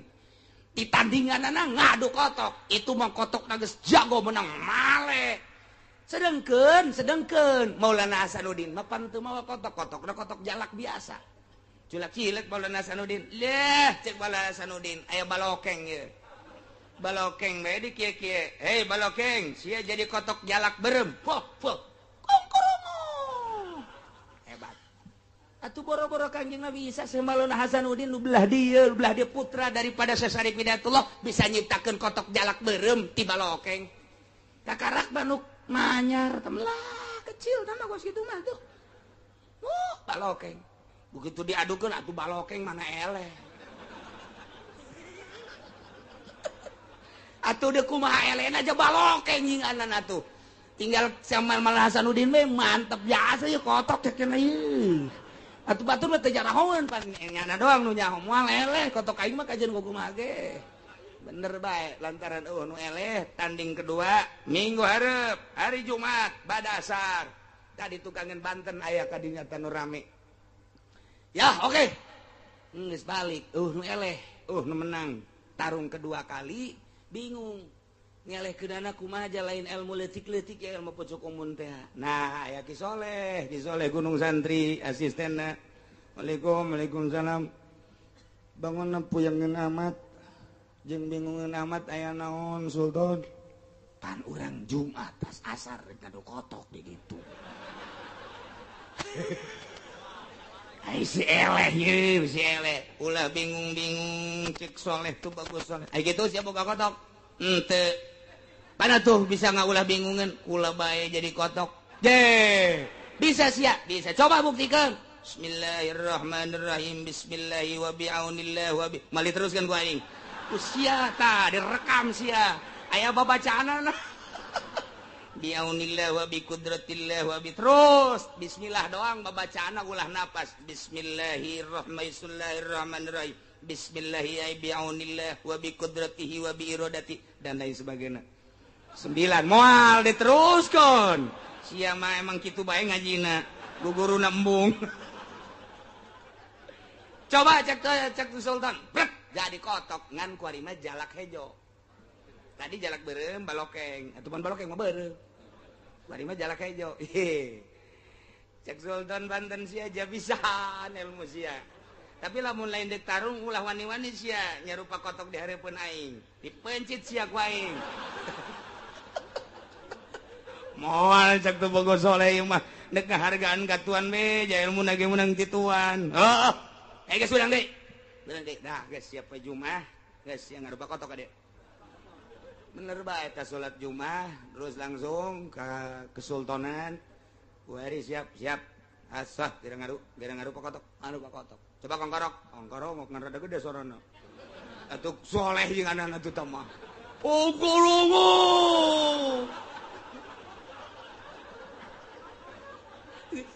Jak Sultan Maulana Hasanuddin ulah pati lu kongkorong kieu aja. Ngadu mah ngadu wae. Masya Allah dibawa ku Tuan Syekh Sultan. Tet dijingjing. Ayo di kalangan geus gede hate moal eleh kotok aing. Pokona mah nu eleh baca 2 kalimat syahadat tanggung jawab kotok aing moal eleh. Cak pucuk umun ulah sombong. Ulah sombong heulanan. Kotok aing teh meunang malena bulanan tahunan. Geus bake awi buta, awi dempet. Geus macem-macem tah eta mun aya awi buta, awi dempet eta pucuk umun eta. Kepercayaanana. Wari lumpat ka Cikupa, baroga urang Cikupa tolol teh Cikupa. Nah, diusap-usap make eta cak pucuk umun. Nah, ngado. Wah, ear-earan atuh jelema sabuatan tumplek kabeh. Wah tuh bagus Soleh. Ngadu dah itu geus kongkorongok deui nyaman teh. Itu kongkorong nang tangan pan. Kotok teh pan kitu bener teh. Atuh siapa osok ngeuleuh jing. Pemain kotok kabeh horenganan. Masya Allah. Nah, tidinya kongkorong pas. Iya. Tuh bagus Soleh. Kongkorong sia sakali mah. Kongkorongo. Kageteun urang pucuk umun kitu amat ya. Asana lain suara kotok teh mah. Dar diadukeun. Eleh heula, lain eleh semu eleh. Kapacok heula. Wah, urang pucuk umun surak. Sia lalab. Beakeun. Geus kagitik deui. Kakarak mulai. Atuh jelema jingan. Sepira ngalawan kotok atuh. Cia dah eta mah atuh tangkisanana jeung sepakanana kos lain kotok bae. Kos lain kotok tapi disepak syat. Guliting keluar kalangan. Wah, cak pucuk umum parah mah disepakan. Wah, lain bantrak-bantrakeun lima kotok. Cekel deui kotok, diadukeun kalinya. Tat. Buak. Disoekeun burak. Padahal cak malangsan mah kitu-kitu deui atuh. Datang ka ucutan kieu ieu bohong. Ya geus eleh bojoku mun sadat. Tetep bae teu daekeun sadat sakali deui. Nista maja utama ngan teu dilanjutkeun ku Maulana Sabdin. Akhirna tetep datang ka kuari putukeun. Ieu mah keur carita naon? Boro-boro Kangjeng Nabi Isa Syekh Abdul Qadir bisaeun termasuk Sultan Maulana Hasanuddin. Balokeng ditepak jadi kotok. Syekh Muhammad Soleh ngarupa jadi kotok kecil tamah. Make jeung di pangeranan Kangjeng Nabi Isa kakarak bisa sakitu bae ge. Nah berarti teu kaharti ku jelema nu lurus otakna, nu lurus pikiranana, nu iman ka Allah jeung iman ka Kangjeng Rasulullah Muhammad sallallahu alaihi wasallam. Manya aya pangeran dinobatkeun, manya aya pangeran jajadianan, ku sebab boga kaistimewaan dipangerankeun teu kaharti. Teu kaharti sing hade. Nah ieu lah kuari merajalela Tangerang dikuasai pembangunan gerejana.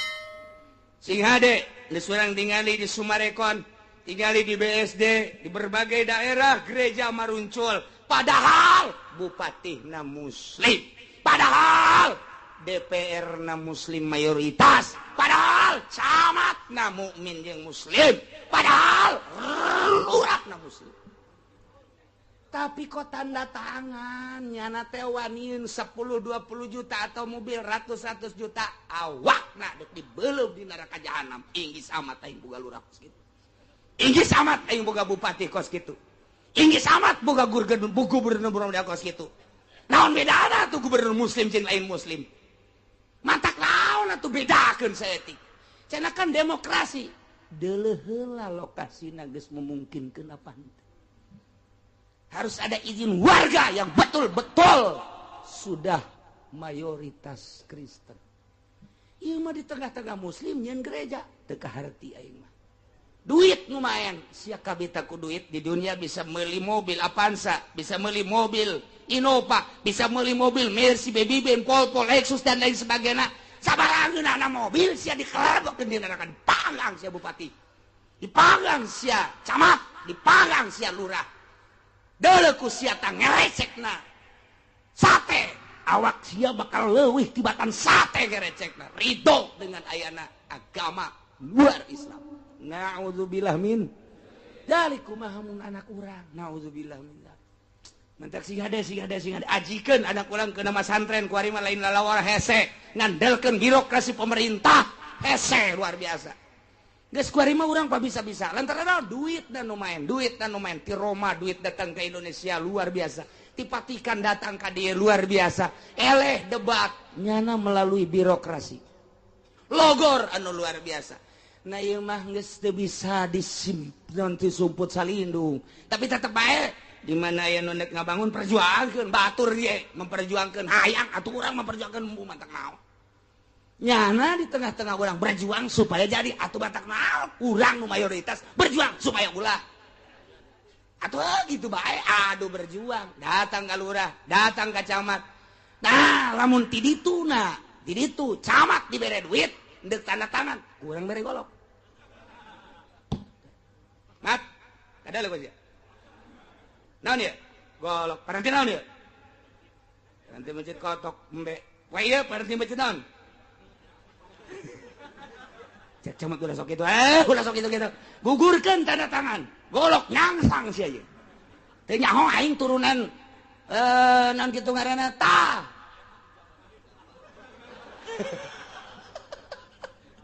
Masyaallah sia mun teu nyaho aing urang teureub. Nyaho sia galagat orang tereup sia aing mah kajenting paeh ge sabilillah asal ulah jadi gereja. Awas sia beuheung sia urang mana sia camat? Di padieu mah bupati da ku aing diringsekeun. Atuh ngomong-ngomong ngeulanan urang.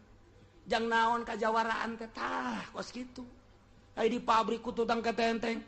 hanya hayang jadi satpam doang golok nyangsang ai diantepkeun hudang terep hudang waru hudang pasar kemis di pasar kemis mah tilok ieu gelut dengan menangan doang pasar kemis mah ai gelut mah tilok ngan jadi raja eta orang pasar kemis nu gelut mah orang sejen tapi nu jadi raja orang pasar kemis belum tak pasar kemis geulah keur carita dinobatkan menjadi Tuhan teu kaharti karena boga keistimewaan dinobatkan jadi Tuhan menya pangeran dinobatkan ku manusia tetapi ai katutupan mapan batinna masya Allah geus datang ka kuari didawahkeun kuari ge sing ade besi aya nu make baju putih ka luhur hideung ka handap sing ade anak urang bejaan Kristen dah Kristen bra kiai kebenaran make nu kitu sing ade dah oh ieu mah paingan sekupi ieu mah ya Dayalah caritaan dina Al-Quran nu bakal ditanya ku Gusti Allah jada yaumal kiamah nu bakal disaksian kadenge ku urang kabehan urang memeh kiamat jaga geus nyaho heula ti heula nyaritakeun keistimewaan Kangjeng Nabi Isa nu kemudian dinobatkeun ku masyarakatna menjadi Tuhan Tuhan Allah Tuhan Ruhul Kudus Tuhan Anak atawa Isa ulah urang mah pangeran mah eje la awwala lahu wa la akhir awalun bil ibtida wa akhirun bil intiha hiji bae Allah subhanahu wa ta'ala urang kudu percaya ka rasul-rasul Allah percaya ka Kangjeng Nabi Isa bahwa Kangjeng Nabi Isa lain pangeran rasul Allah percaya ka Kangjeng Nabi Musa lain pangeran rasul Allah percaya ka Kangjeng Nabi Nuh lain pangeran rasul Allah 25 rasul wajib Kangjeng Nabi Lut terus-terusan dakwahnya ka kaumna atatul fahisata ma sabaqakum biha min ahadim minal alamin dulur kabehan coba pikir kumaraneh kabeh ja urang teu pernah didongeng-dongeng ku kolot urang baheula teh kudu resep ka bool mah kudu ngadumlingan bool mah coba ieu kalakuan teh teu bagus hiji agama Islam nyembah ka Allah ulah kapatu dua akhlak moral ulah boga kalakuan ngadumling innakum latatuna rijal syahwatan kunaon maneh make jeung ngalaksanakeun ka bool lalaki ieu karena syahwat aneh amat syahwat coba awewe atuh min dunin nisa teu daekeun ka awewe bal antum qaumun musrifun kunaon syahwat disalurkeun ka bool lalaki lain ka awewe iyalah bal antum qaumum musrifun aranjeun kabeh kaum anu ngaliwat wates lain kana halal kuari kana haram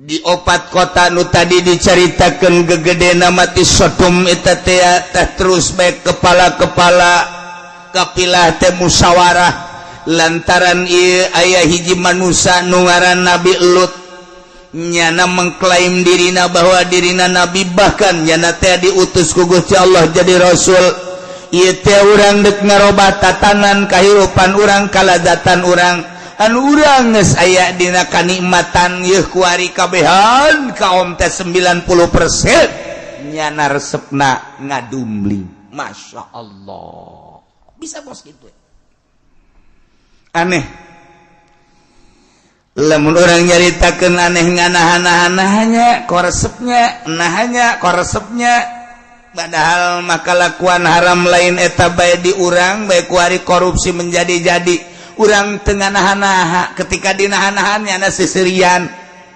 korupsi eta kan maling tapi kan geus kabehan maraling urang rakyat bertanya-tanya kok daek maraling sih aneh nyana geus kangeunahan ketika diuk di dewan geus korupsi ketika diuk di pemerintahan korupsi ketika ku urang ditaliti geus teh sieun ka Gusti Allah nyana ngomong lagi aya KPK tahu aya KPK tahu nu dipake ka sieun teh KPK eta mah sarua jeung naik motor nu dipake ka sieun polisi mun satungtung aya polisi nyana heuh lamun polisi atuh eta polisi ieu satungtung kos kararitu moal aya kaberesan kajen ku kumaha terus maling teu eureun-eureun di urang nyaraho kana haram na korupsi jak korupsi maling tapi terus baik urang mun nyaritakeun kunaonnya kaum Kangjeng Nabi Lut karar itu aneh amat atuh urang ge kunaonnya pamerintahan urang kok korupsi tarua lamun urang nyaritakeun perzinahan ieu teh lain masyarakat bae pamarentah ge geus jararina lain lalagaan pamarentah zina teh lain lalagaan lantaran daftar-daftar perzinahan anu loba di hotel-hotel asup ka hotel teh eta teh deuk zina ieu teh pamerintahan urang masyaallah karim inggis sebenarnya mah ieu mah perzinahan di urang lain lalagaan kuari homoseksual di urang loba homo ya kaum homo lamun lalaki resep ka lalaki ngaranna homo kamari aya gay-gayan di urang teh berlaga seperti kaum wanita iyalah nu dipake karempanku Kangjeng Nabi urang sangat rempan di kaum kaula nu bali kukula dipake karempan pagawean kaum Kangjeng Nabi Lut teliti coba ge hewan kabeh taradaek ngadumling kecuali dua hiji khinzir dua himar eta badaekeun teh babi mang ngadumling himar ngadumling berarti kaum anu daek ngadumling berakhlak babi berakhlak himar ilah kos kaum Kangjeng Nabi Lut alaihis setan terus bermunculan asal rada-reda setan itu ngarupa manusianya kasepan setan mah terus bae turun-turun ieu ge gara-gara setan duta tadi nama jaar rembungeun tapi setan ngarupa manusia nu kasep geus nonggeng ti heula atuh ngaranna ge setan kadang-kadang nyana ge teu make calana-calana acan ngan make ampok-ampok doang aju ugal-igel di hareupeun jelema atuh ngagodaan nyana terus atuh ngaranna ge setan terus be setan malah sok inget kadongeng di ilmu kewalian da aya waliullah kapanggih jeung setan keur ngaringkuk bahanapeun tanggal caringin barang di deuleu sudah salah orang sia setan heueuh cakeun kok tenang amat sih sia setan di dieu lah cakeun teh lain atuh setan ulah tenang-tenang atuh itu batur kunaon atuh teh digoda ku sia cakeun antep lah ulah cenah di istirahat ambo emang sia pakai istirahat kudu bisa istirahat lah teu kudu digoda ge ku kula cenah itu kiai na geus dari setan ya nya tuh pamarentah teu kudu digoda ku kula cenah ge geus dari setan kabeh cek kana lantak urang kuari istirahat cek kana alhamdulillah senang cenah kula jauh mereka, lantak ke satu, ayo nanti kudu digoda, udah sudah digoda-goda sekarang. Padahal mengingat kadinya tinggal ngaheukeun jaheuh. Berarti kuari istirahat setan di hadapan tanggal ceringinnya. Sebab sejen geus di setan. Menang saminggu wali kapangide jeung setan nu sejen. Tadina assalamualaikum, waalaikum. Teu ngajawab. Jadi tukang. Waalaikum. Barang di dulu, pengen tengah jawab setan sia orang. Sekarang dia istirahat cek nanti. Setan sih istirahat, maya setan istirahat. Oh wali banyak hubungan ka setan. Pan musuh teh opat hiji dunia dua makhluk tilu nafsu opat setan. Urang teh hiji titah ninggalkeun dunia dua titah ninggalkeun makhluk hate ulayah ta'alluq. Tilu nafsu ka opat setan jadi nyahuan ya nama ka setan teh ya mun kapanggih jeung setan Imam Syafi'i kan pernah nojok setan tojok ku Imam Syafi'i buta sia sembarangan sia kai ceurik setan ngahinging tadi teu mabuh sia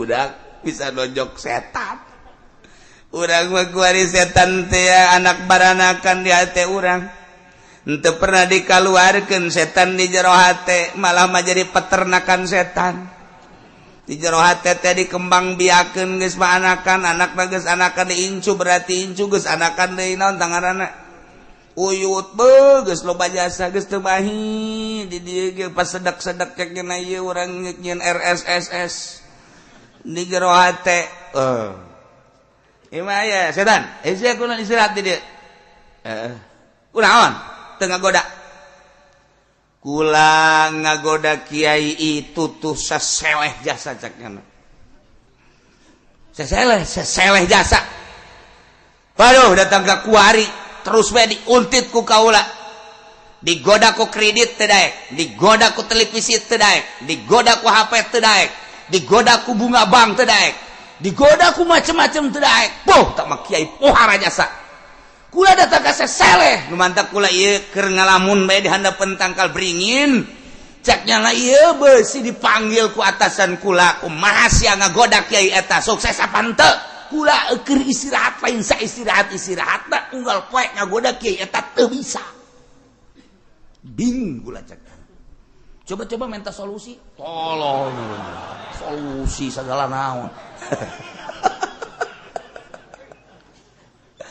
kitu mah anu kiai nu lama bangsa keur magahan ngaji aju setan datang adinya namu tenang-tenang wae ai mah gampang cek ieu mah lah ku sekupi ge bisa ieu mah sekupi bisa ku mio bisa ku umroh bisa ha celeutik we kiai kos kieu cekan teu badak loba istirahat lantaran haju kiaina jadi setan cekan pedagang mah ngomong geus leuwih ti heula tibatan kiai itu mah nyana nyalib jadi setan geus leuwih ti heula jemping nyana beuh pohara geus jare setan kabeh tah jadi setan istirahat lantaran geus teu kudu digoda aya nu ieu mah kapanggih jeung setan lantaran seseleh cenah tuh jadi setan geus sarua seseleh panas lamun ngagoda kiai eta lamun nyana geus maca ayat kursi panas cekna teu kuat kula tapi lamun kiai anu ieu mah nyana maca ayat kursi ge makalah dipagahan ku setan lain kitu ayat kursi da kurang pas sia mah ku setan dipagahan jadi lamun dipencet jelema kasurupan dipencet lamun kudu bisaan mah kan kabur ta setan tapi lamun kudu teu bisaan mah pencet babacaan aing ge bisa bacaan kos kitu Bismillahirrahmanirrahim la yadurru ma'asmi syai'un fil ardi wala fis samawati was-samiul basir. Aya bisa. Muntak urang ulah sapencet-pencet tak izinkan dikitukeun ku setan. Ganti urang membacaan Bismillahirrahmanirrahim. Walau anna Qur'an surat bil jibal qurtiya bil ardh kullu ma bil maut bal. Nah, sia. Aduh.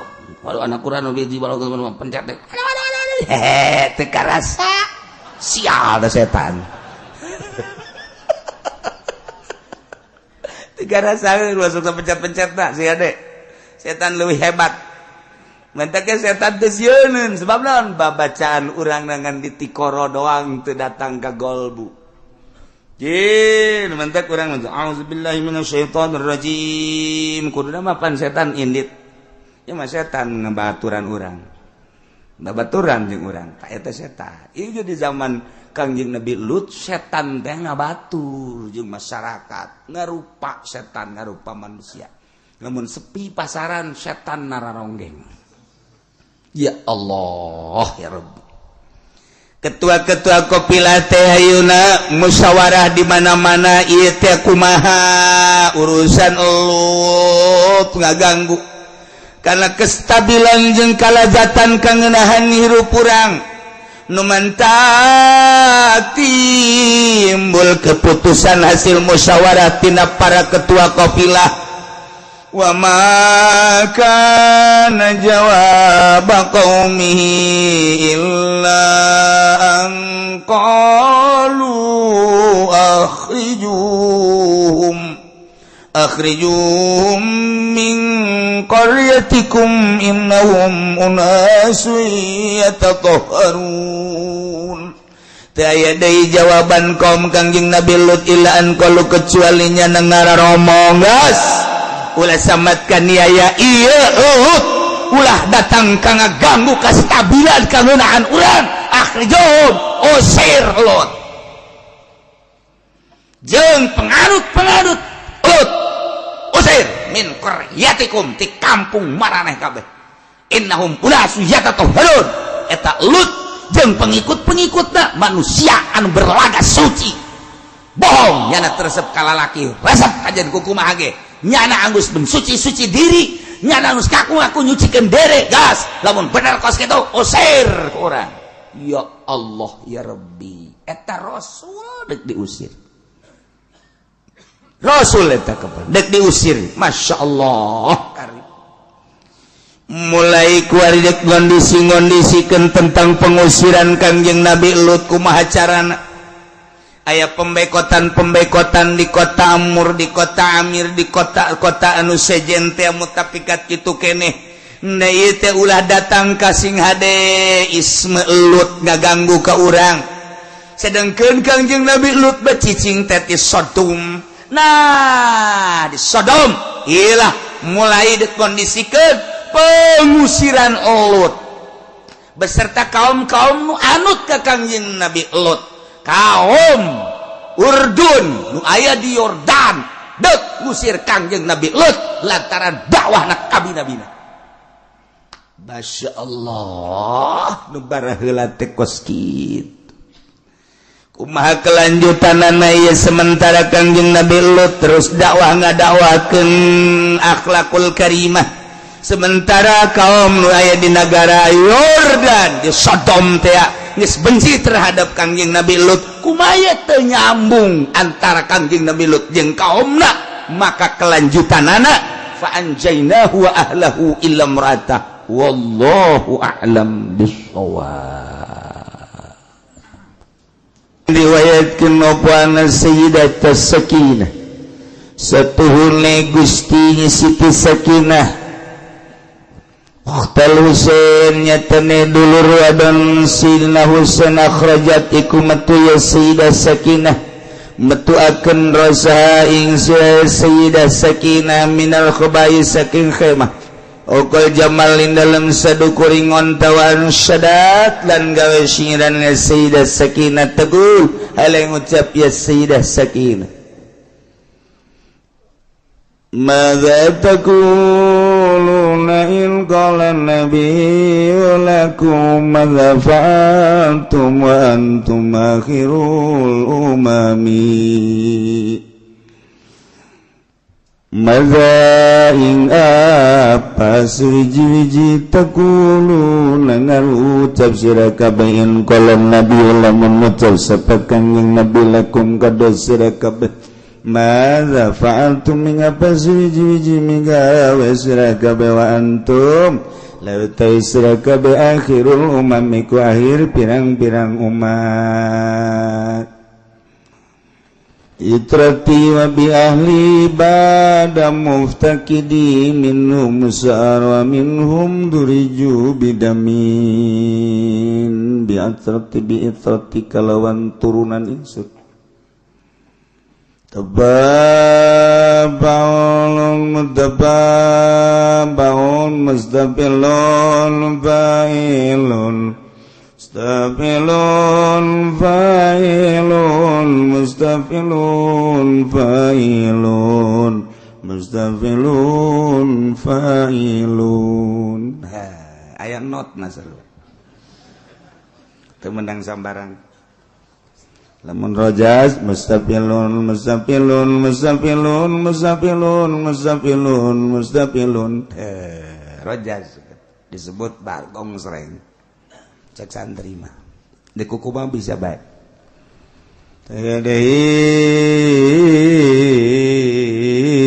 bahar basit fa'ulun muzailun muzafilun fa'ilun muzafilun fa'ilun muzafilun fa'ilun muzafilun fa'ilun Maza taquluna in qala nabiyyu lakum maza fa'altum wa antum akhirul umami bi'itrati wa bi'ali badamu takidi minum musara wa min duriju bidamin makana hadza jazai in satul lakum tuglipuni bisuin bizawi rahimi aduh lamun awewe bisa kos kitu ngeunah paranti ngayun-ngayun salakina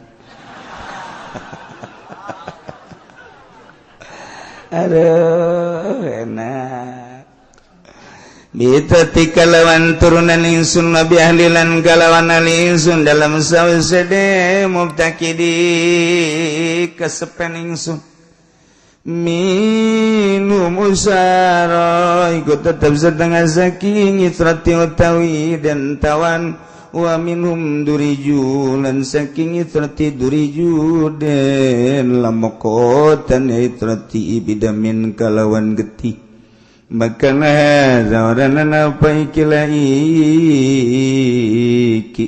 iku jazai babalas ingsun nasuhtu id waktune nasuhtu nganasehatan ingsun lakum kada sira kabeh antuk lipuni saking entang ngagenteni sira kabeh ingsun bisuin kalawan ala bidawi rahimi ing dalam kanganduane baraya ingsun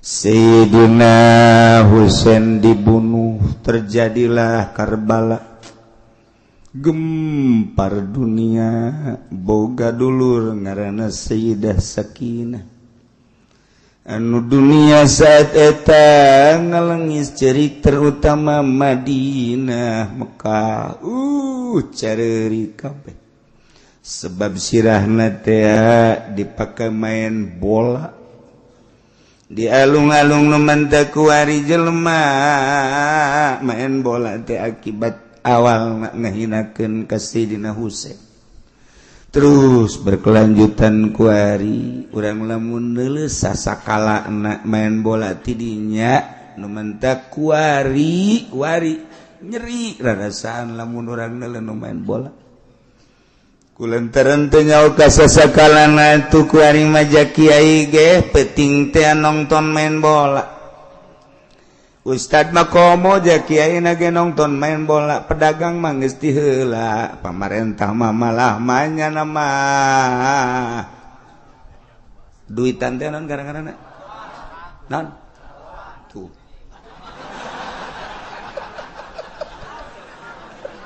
aduh Allah bagus nyaraho biasa Masya Allah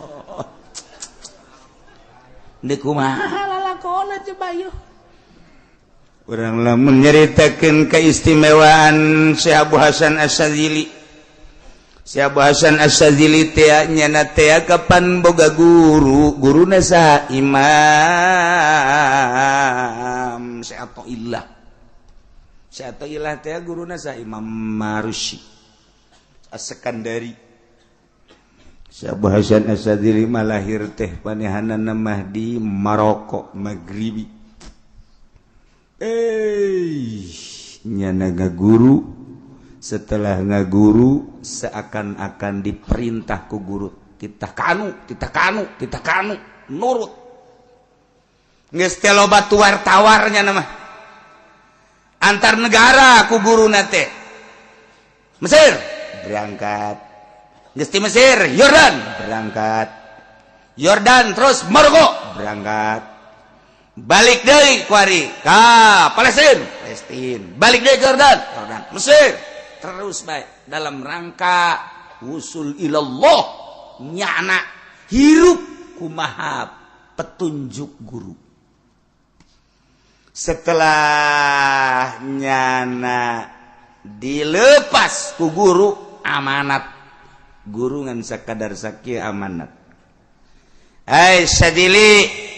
Sadil teh kampung Sadil nyana titah cicing di kampung Sadil mantak Abu Hasan Asyadzili kampung tama cicing di dinya nu mantak cicing di dinya kunaon urang dinya teu nyahoeun ka pangeran teu nyahoeun teu bisaeun ibadah nu bagus teu nyahoeun katentreman jiwa cicing di dinya didik mangga barang datang ke kampung Sadil nyana hayang boga babaturan ahli Allah di mana ieu teh di teangan kiai-kiai ku nyana barang di teangan ieu kiai ahli ibadah tapi can pati ikhlas kiai ibadah can ikhlas kiai ibadah can pati ikhlas neangannya nepi baturan nu ikhlas sayang babarengan pas aya di handapan gunung sorangan bae. Oh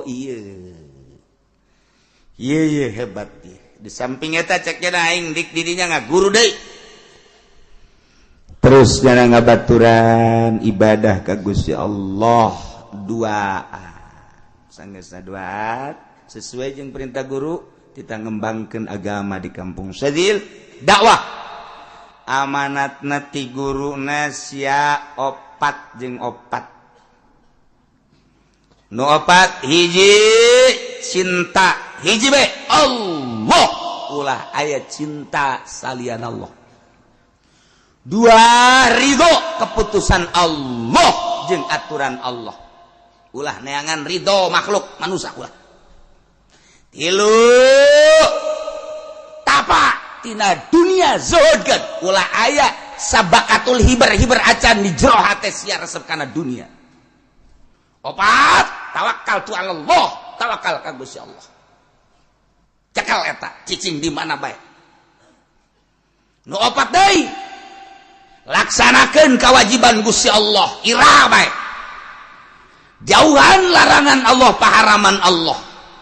Nomor katilu sabar menghadapi nu teu dipake karesep. Nomor kaopat tahan nahan nu dipake karesep. Eta bae cicing di mana bae sakitu. Sakitu imam bahasan. Cinta ulah aya dua. Hiji Allah, ulah cinta ka cing acan. Ieu mah penting geus kieu. Sorot. Seri sorangannya nang kenclong. Kiai blon. Ya Allah, ya Rabbi. Aya macem-macem kacinta di jero hate Abu Hasan hiji be cinta Allah. Nomor kedua ridho karena keputusan Gusti Allah. Titik. Urusan jelema moal aya beres-beres jeung moal aya eureun. Hiji be ridho keputusan Allah. Tilu anti dunia. Sabakatul hiber ge ulah aya di jero hate dunia. Fuhara. Masya Allah kan. Urang mau ojol, daek dakwah asal-asal. Daek gebulidan asal-asal. Daek mamaca asal-asal. Kumaha eta beta. Nu dideleuna teh eta bae asal ngariungkeun nu sugih giat. Mun ngariungkeun nu susah mah geus melihat hulu lah. Sales malah.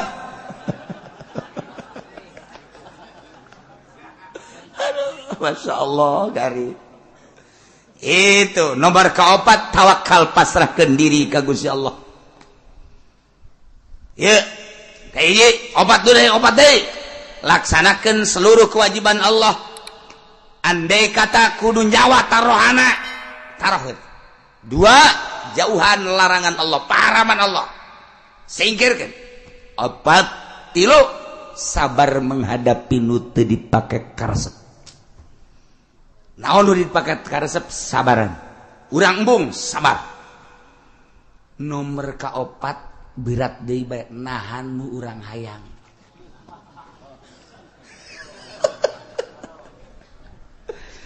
Dilaksanakan ku Abu Hasan Asyadzili bae terusnya dakwah asal dibere duit embung. Eueuh di hate kula di kula mah nu penting mah bapak-bapak ibu-ibu teh nyaho ka Allah kula nyalisakeun nyaritakeun urusan hukum make geus teu kudu barang bere ka kaula. Edek geus ulah aya nu merena naon ka kaula mah tuturkeun bae. Oh jelema pohar. Lantaran naon teu hayang dunia. Ieu urang nu mantak haju kuari embung ge ka kiai eta tak ojol ka duniana. Maca khutbah Jumat bae kudu dibayar, buego. Kira ikhlas eta si kiai. Jumat bae jang kepentingannya kudu dibayar. ari ngadalil cenah di Mekah ge dibayar di Mekah ge ulah loba omong kos nyana nyao bae ka di Mekah urusan-urusanana ieu sia bae deuk datang ka mana ku ari utah kudu dibayar aya aturan ku DKM teh dibayar nyana haju indit jumahna teu di dinya tolol teh coba kieu eta ih berarti aya ieu meureun ye aing mah coba-coba doang aing mah Masya Allah bangunna aya ieu ya Allah ya karim endek kumaha ditaluturkeunana ilmu aya di nyana tapi mak-mak aya di nyana je eta kos kitu dijadikeun DKM duit teu puguh ka mana-manana tulisanana eueuh duitna eueuh atuh ieu naon bedana jeung Abraham Samad lebih jahat malah mah itu onom di ditu ieu kan mas di tempat suci Masya Allah karim nah iyalah ilmu tinggal ilmu nyana ngomong wai ngaji jara rauh amat atuh teh kudu jauh-jauh ngaji mah aja bisa lain masalah bisa teu bisana lelebok sia ore koros ya mah karasain ku masyarakat ke nyaho sia teh pinter aing nyaho tapi aing embung aing kudu gaji ka sia mah kunaon sababna aing mah ore koros anakna sia mah indungna embung aing duguna mah uji ore koros bae ceknya atuh sama-sama ore koros mah atuh jangan saling mendahului ndek iraha ikhlasna atuh ulah pas ini Mekah mah digaji ulah ieu mah urang bae perbaiki gah etah kuari mah ilmu mah lain eueuh aya jasa profesor ilmuna gede dokter andas aya ilmu di urang loba tapi embung masyarakat nu mantak embung ulah disarakeun masyarakatna nyana lelebokna tadina mah daek ngaji ka kiai eta barang kabelah dieuna osok naik sedan we terus diintip ku masyarakat ai kiai urang sok naik sedan we ti mana oh renganan dijemput ku pacamat ka pendopo mulai masyarakat lah mun kitu mah nyana juga bagikeun ka urang hasil di pendopona sakiana daek ai kitu mah nyana doang mah tuh ngeunah di nyana teu ngeunah di urang mulai ngolembar aneh eta kos kitu sorangan aneh urang keur ngeunah-ngeunah ngaji ka kiai eta aju naek nyana ka panggung hidup jak masyarakat modar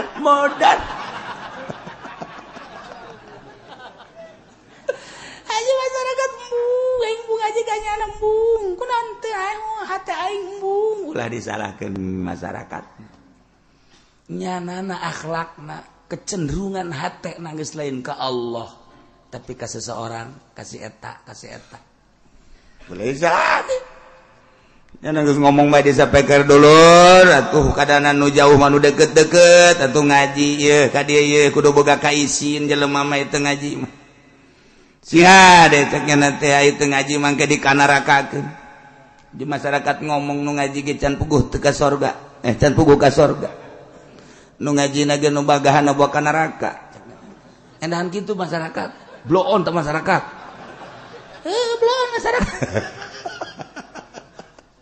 teu bisa teu ikhlas teu bisa bae teu ngeunaheun bae dituturkeunana sakumaha supir tadi oleng bae balik sen eueuh hiji berangkat deui sen eueuh dua setir eueuh aye ya urang keur carita ieu Sina Husein dibunuh kemudian Sayyidah Sakinah di luhur onta make sekeduk kemah ngaranna nololkeun sirahna bari nyanyi Mustafilun fa'ilun Mustafilun fa'ilun Mustafilun fa'ilun Mustafilun fa'ilun eta notna Maza taquluna in qala nabiyyu lakum Maza fa'altum wa antum akhirul umami kumaha ucapan aranjeun kabeh lamun nabi ngomong ka aranjeun kabeh cek Kangjeng Nabi madza fa'altum naon pagawean aranjeun kabeh sementara anjeun teh jadi akhir umat Kangjeng Nabi kok dek ngabunuh incu kaula cek Kangjeng Nabi bi itrati wa bi ahli kuturunan kaula jeung ahli kaula bada muftaqidin sabada teu aya kaula horenganan cek Kangjeng Nabi sabada eueuh kaula teh turunan kaula teh minhum musaro aya nu ditawan wa minhum duriju bidamin aya anu dilamokotan ku getih eta teh incu kaula teh sarua jeung kaula maneh nganiaya ka incu kaula sarua jeung nganiaya ka kaula nawan incu kaula sarua jeung nawan kaula ngalamokotan getih ka incu kaula sarua jeung ngalamokotan kaula maka ada jazai lain koski atuh babalas kaula mah heuy waktuna kaula mere nasehat ka aranjeun kabeh anjeun teh kunaon ngagantian ka kaula bisuin ku kagorengan pizawi rahmi dina baraya kaula hartina manusia bener nama babales maula koski ai cinta ka kaula ma agungkeun atuh anak incu kaula ulah digantian ku kagorengan salila aya kaula maneh ngahormat ka kaula kok eueuh kaula mah ieu anak incu kaula teh dihinakeun ku aranjeun kabean ieu nyanyian Siti Sakinah masyaallah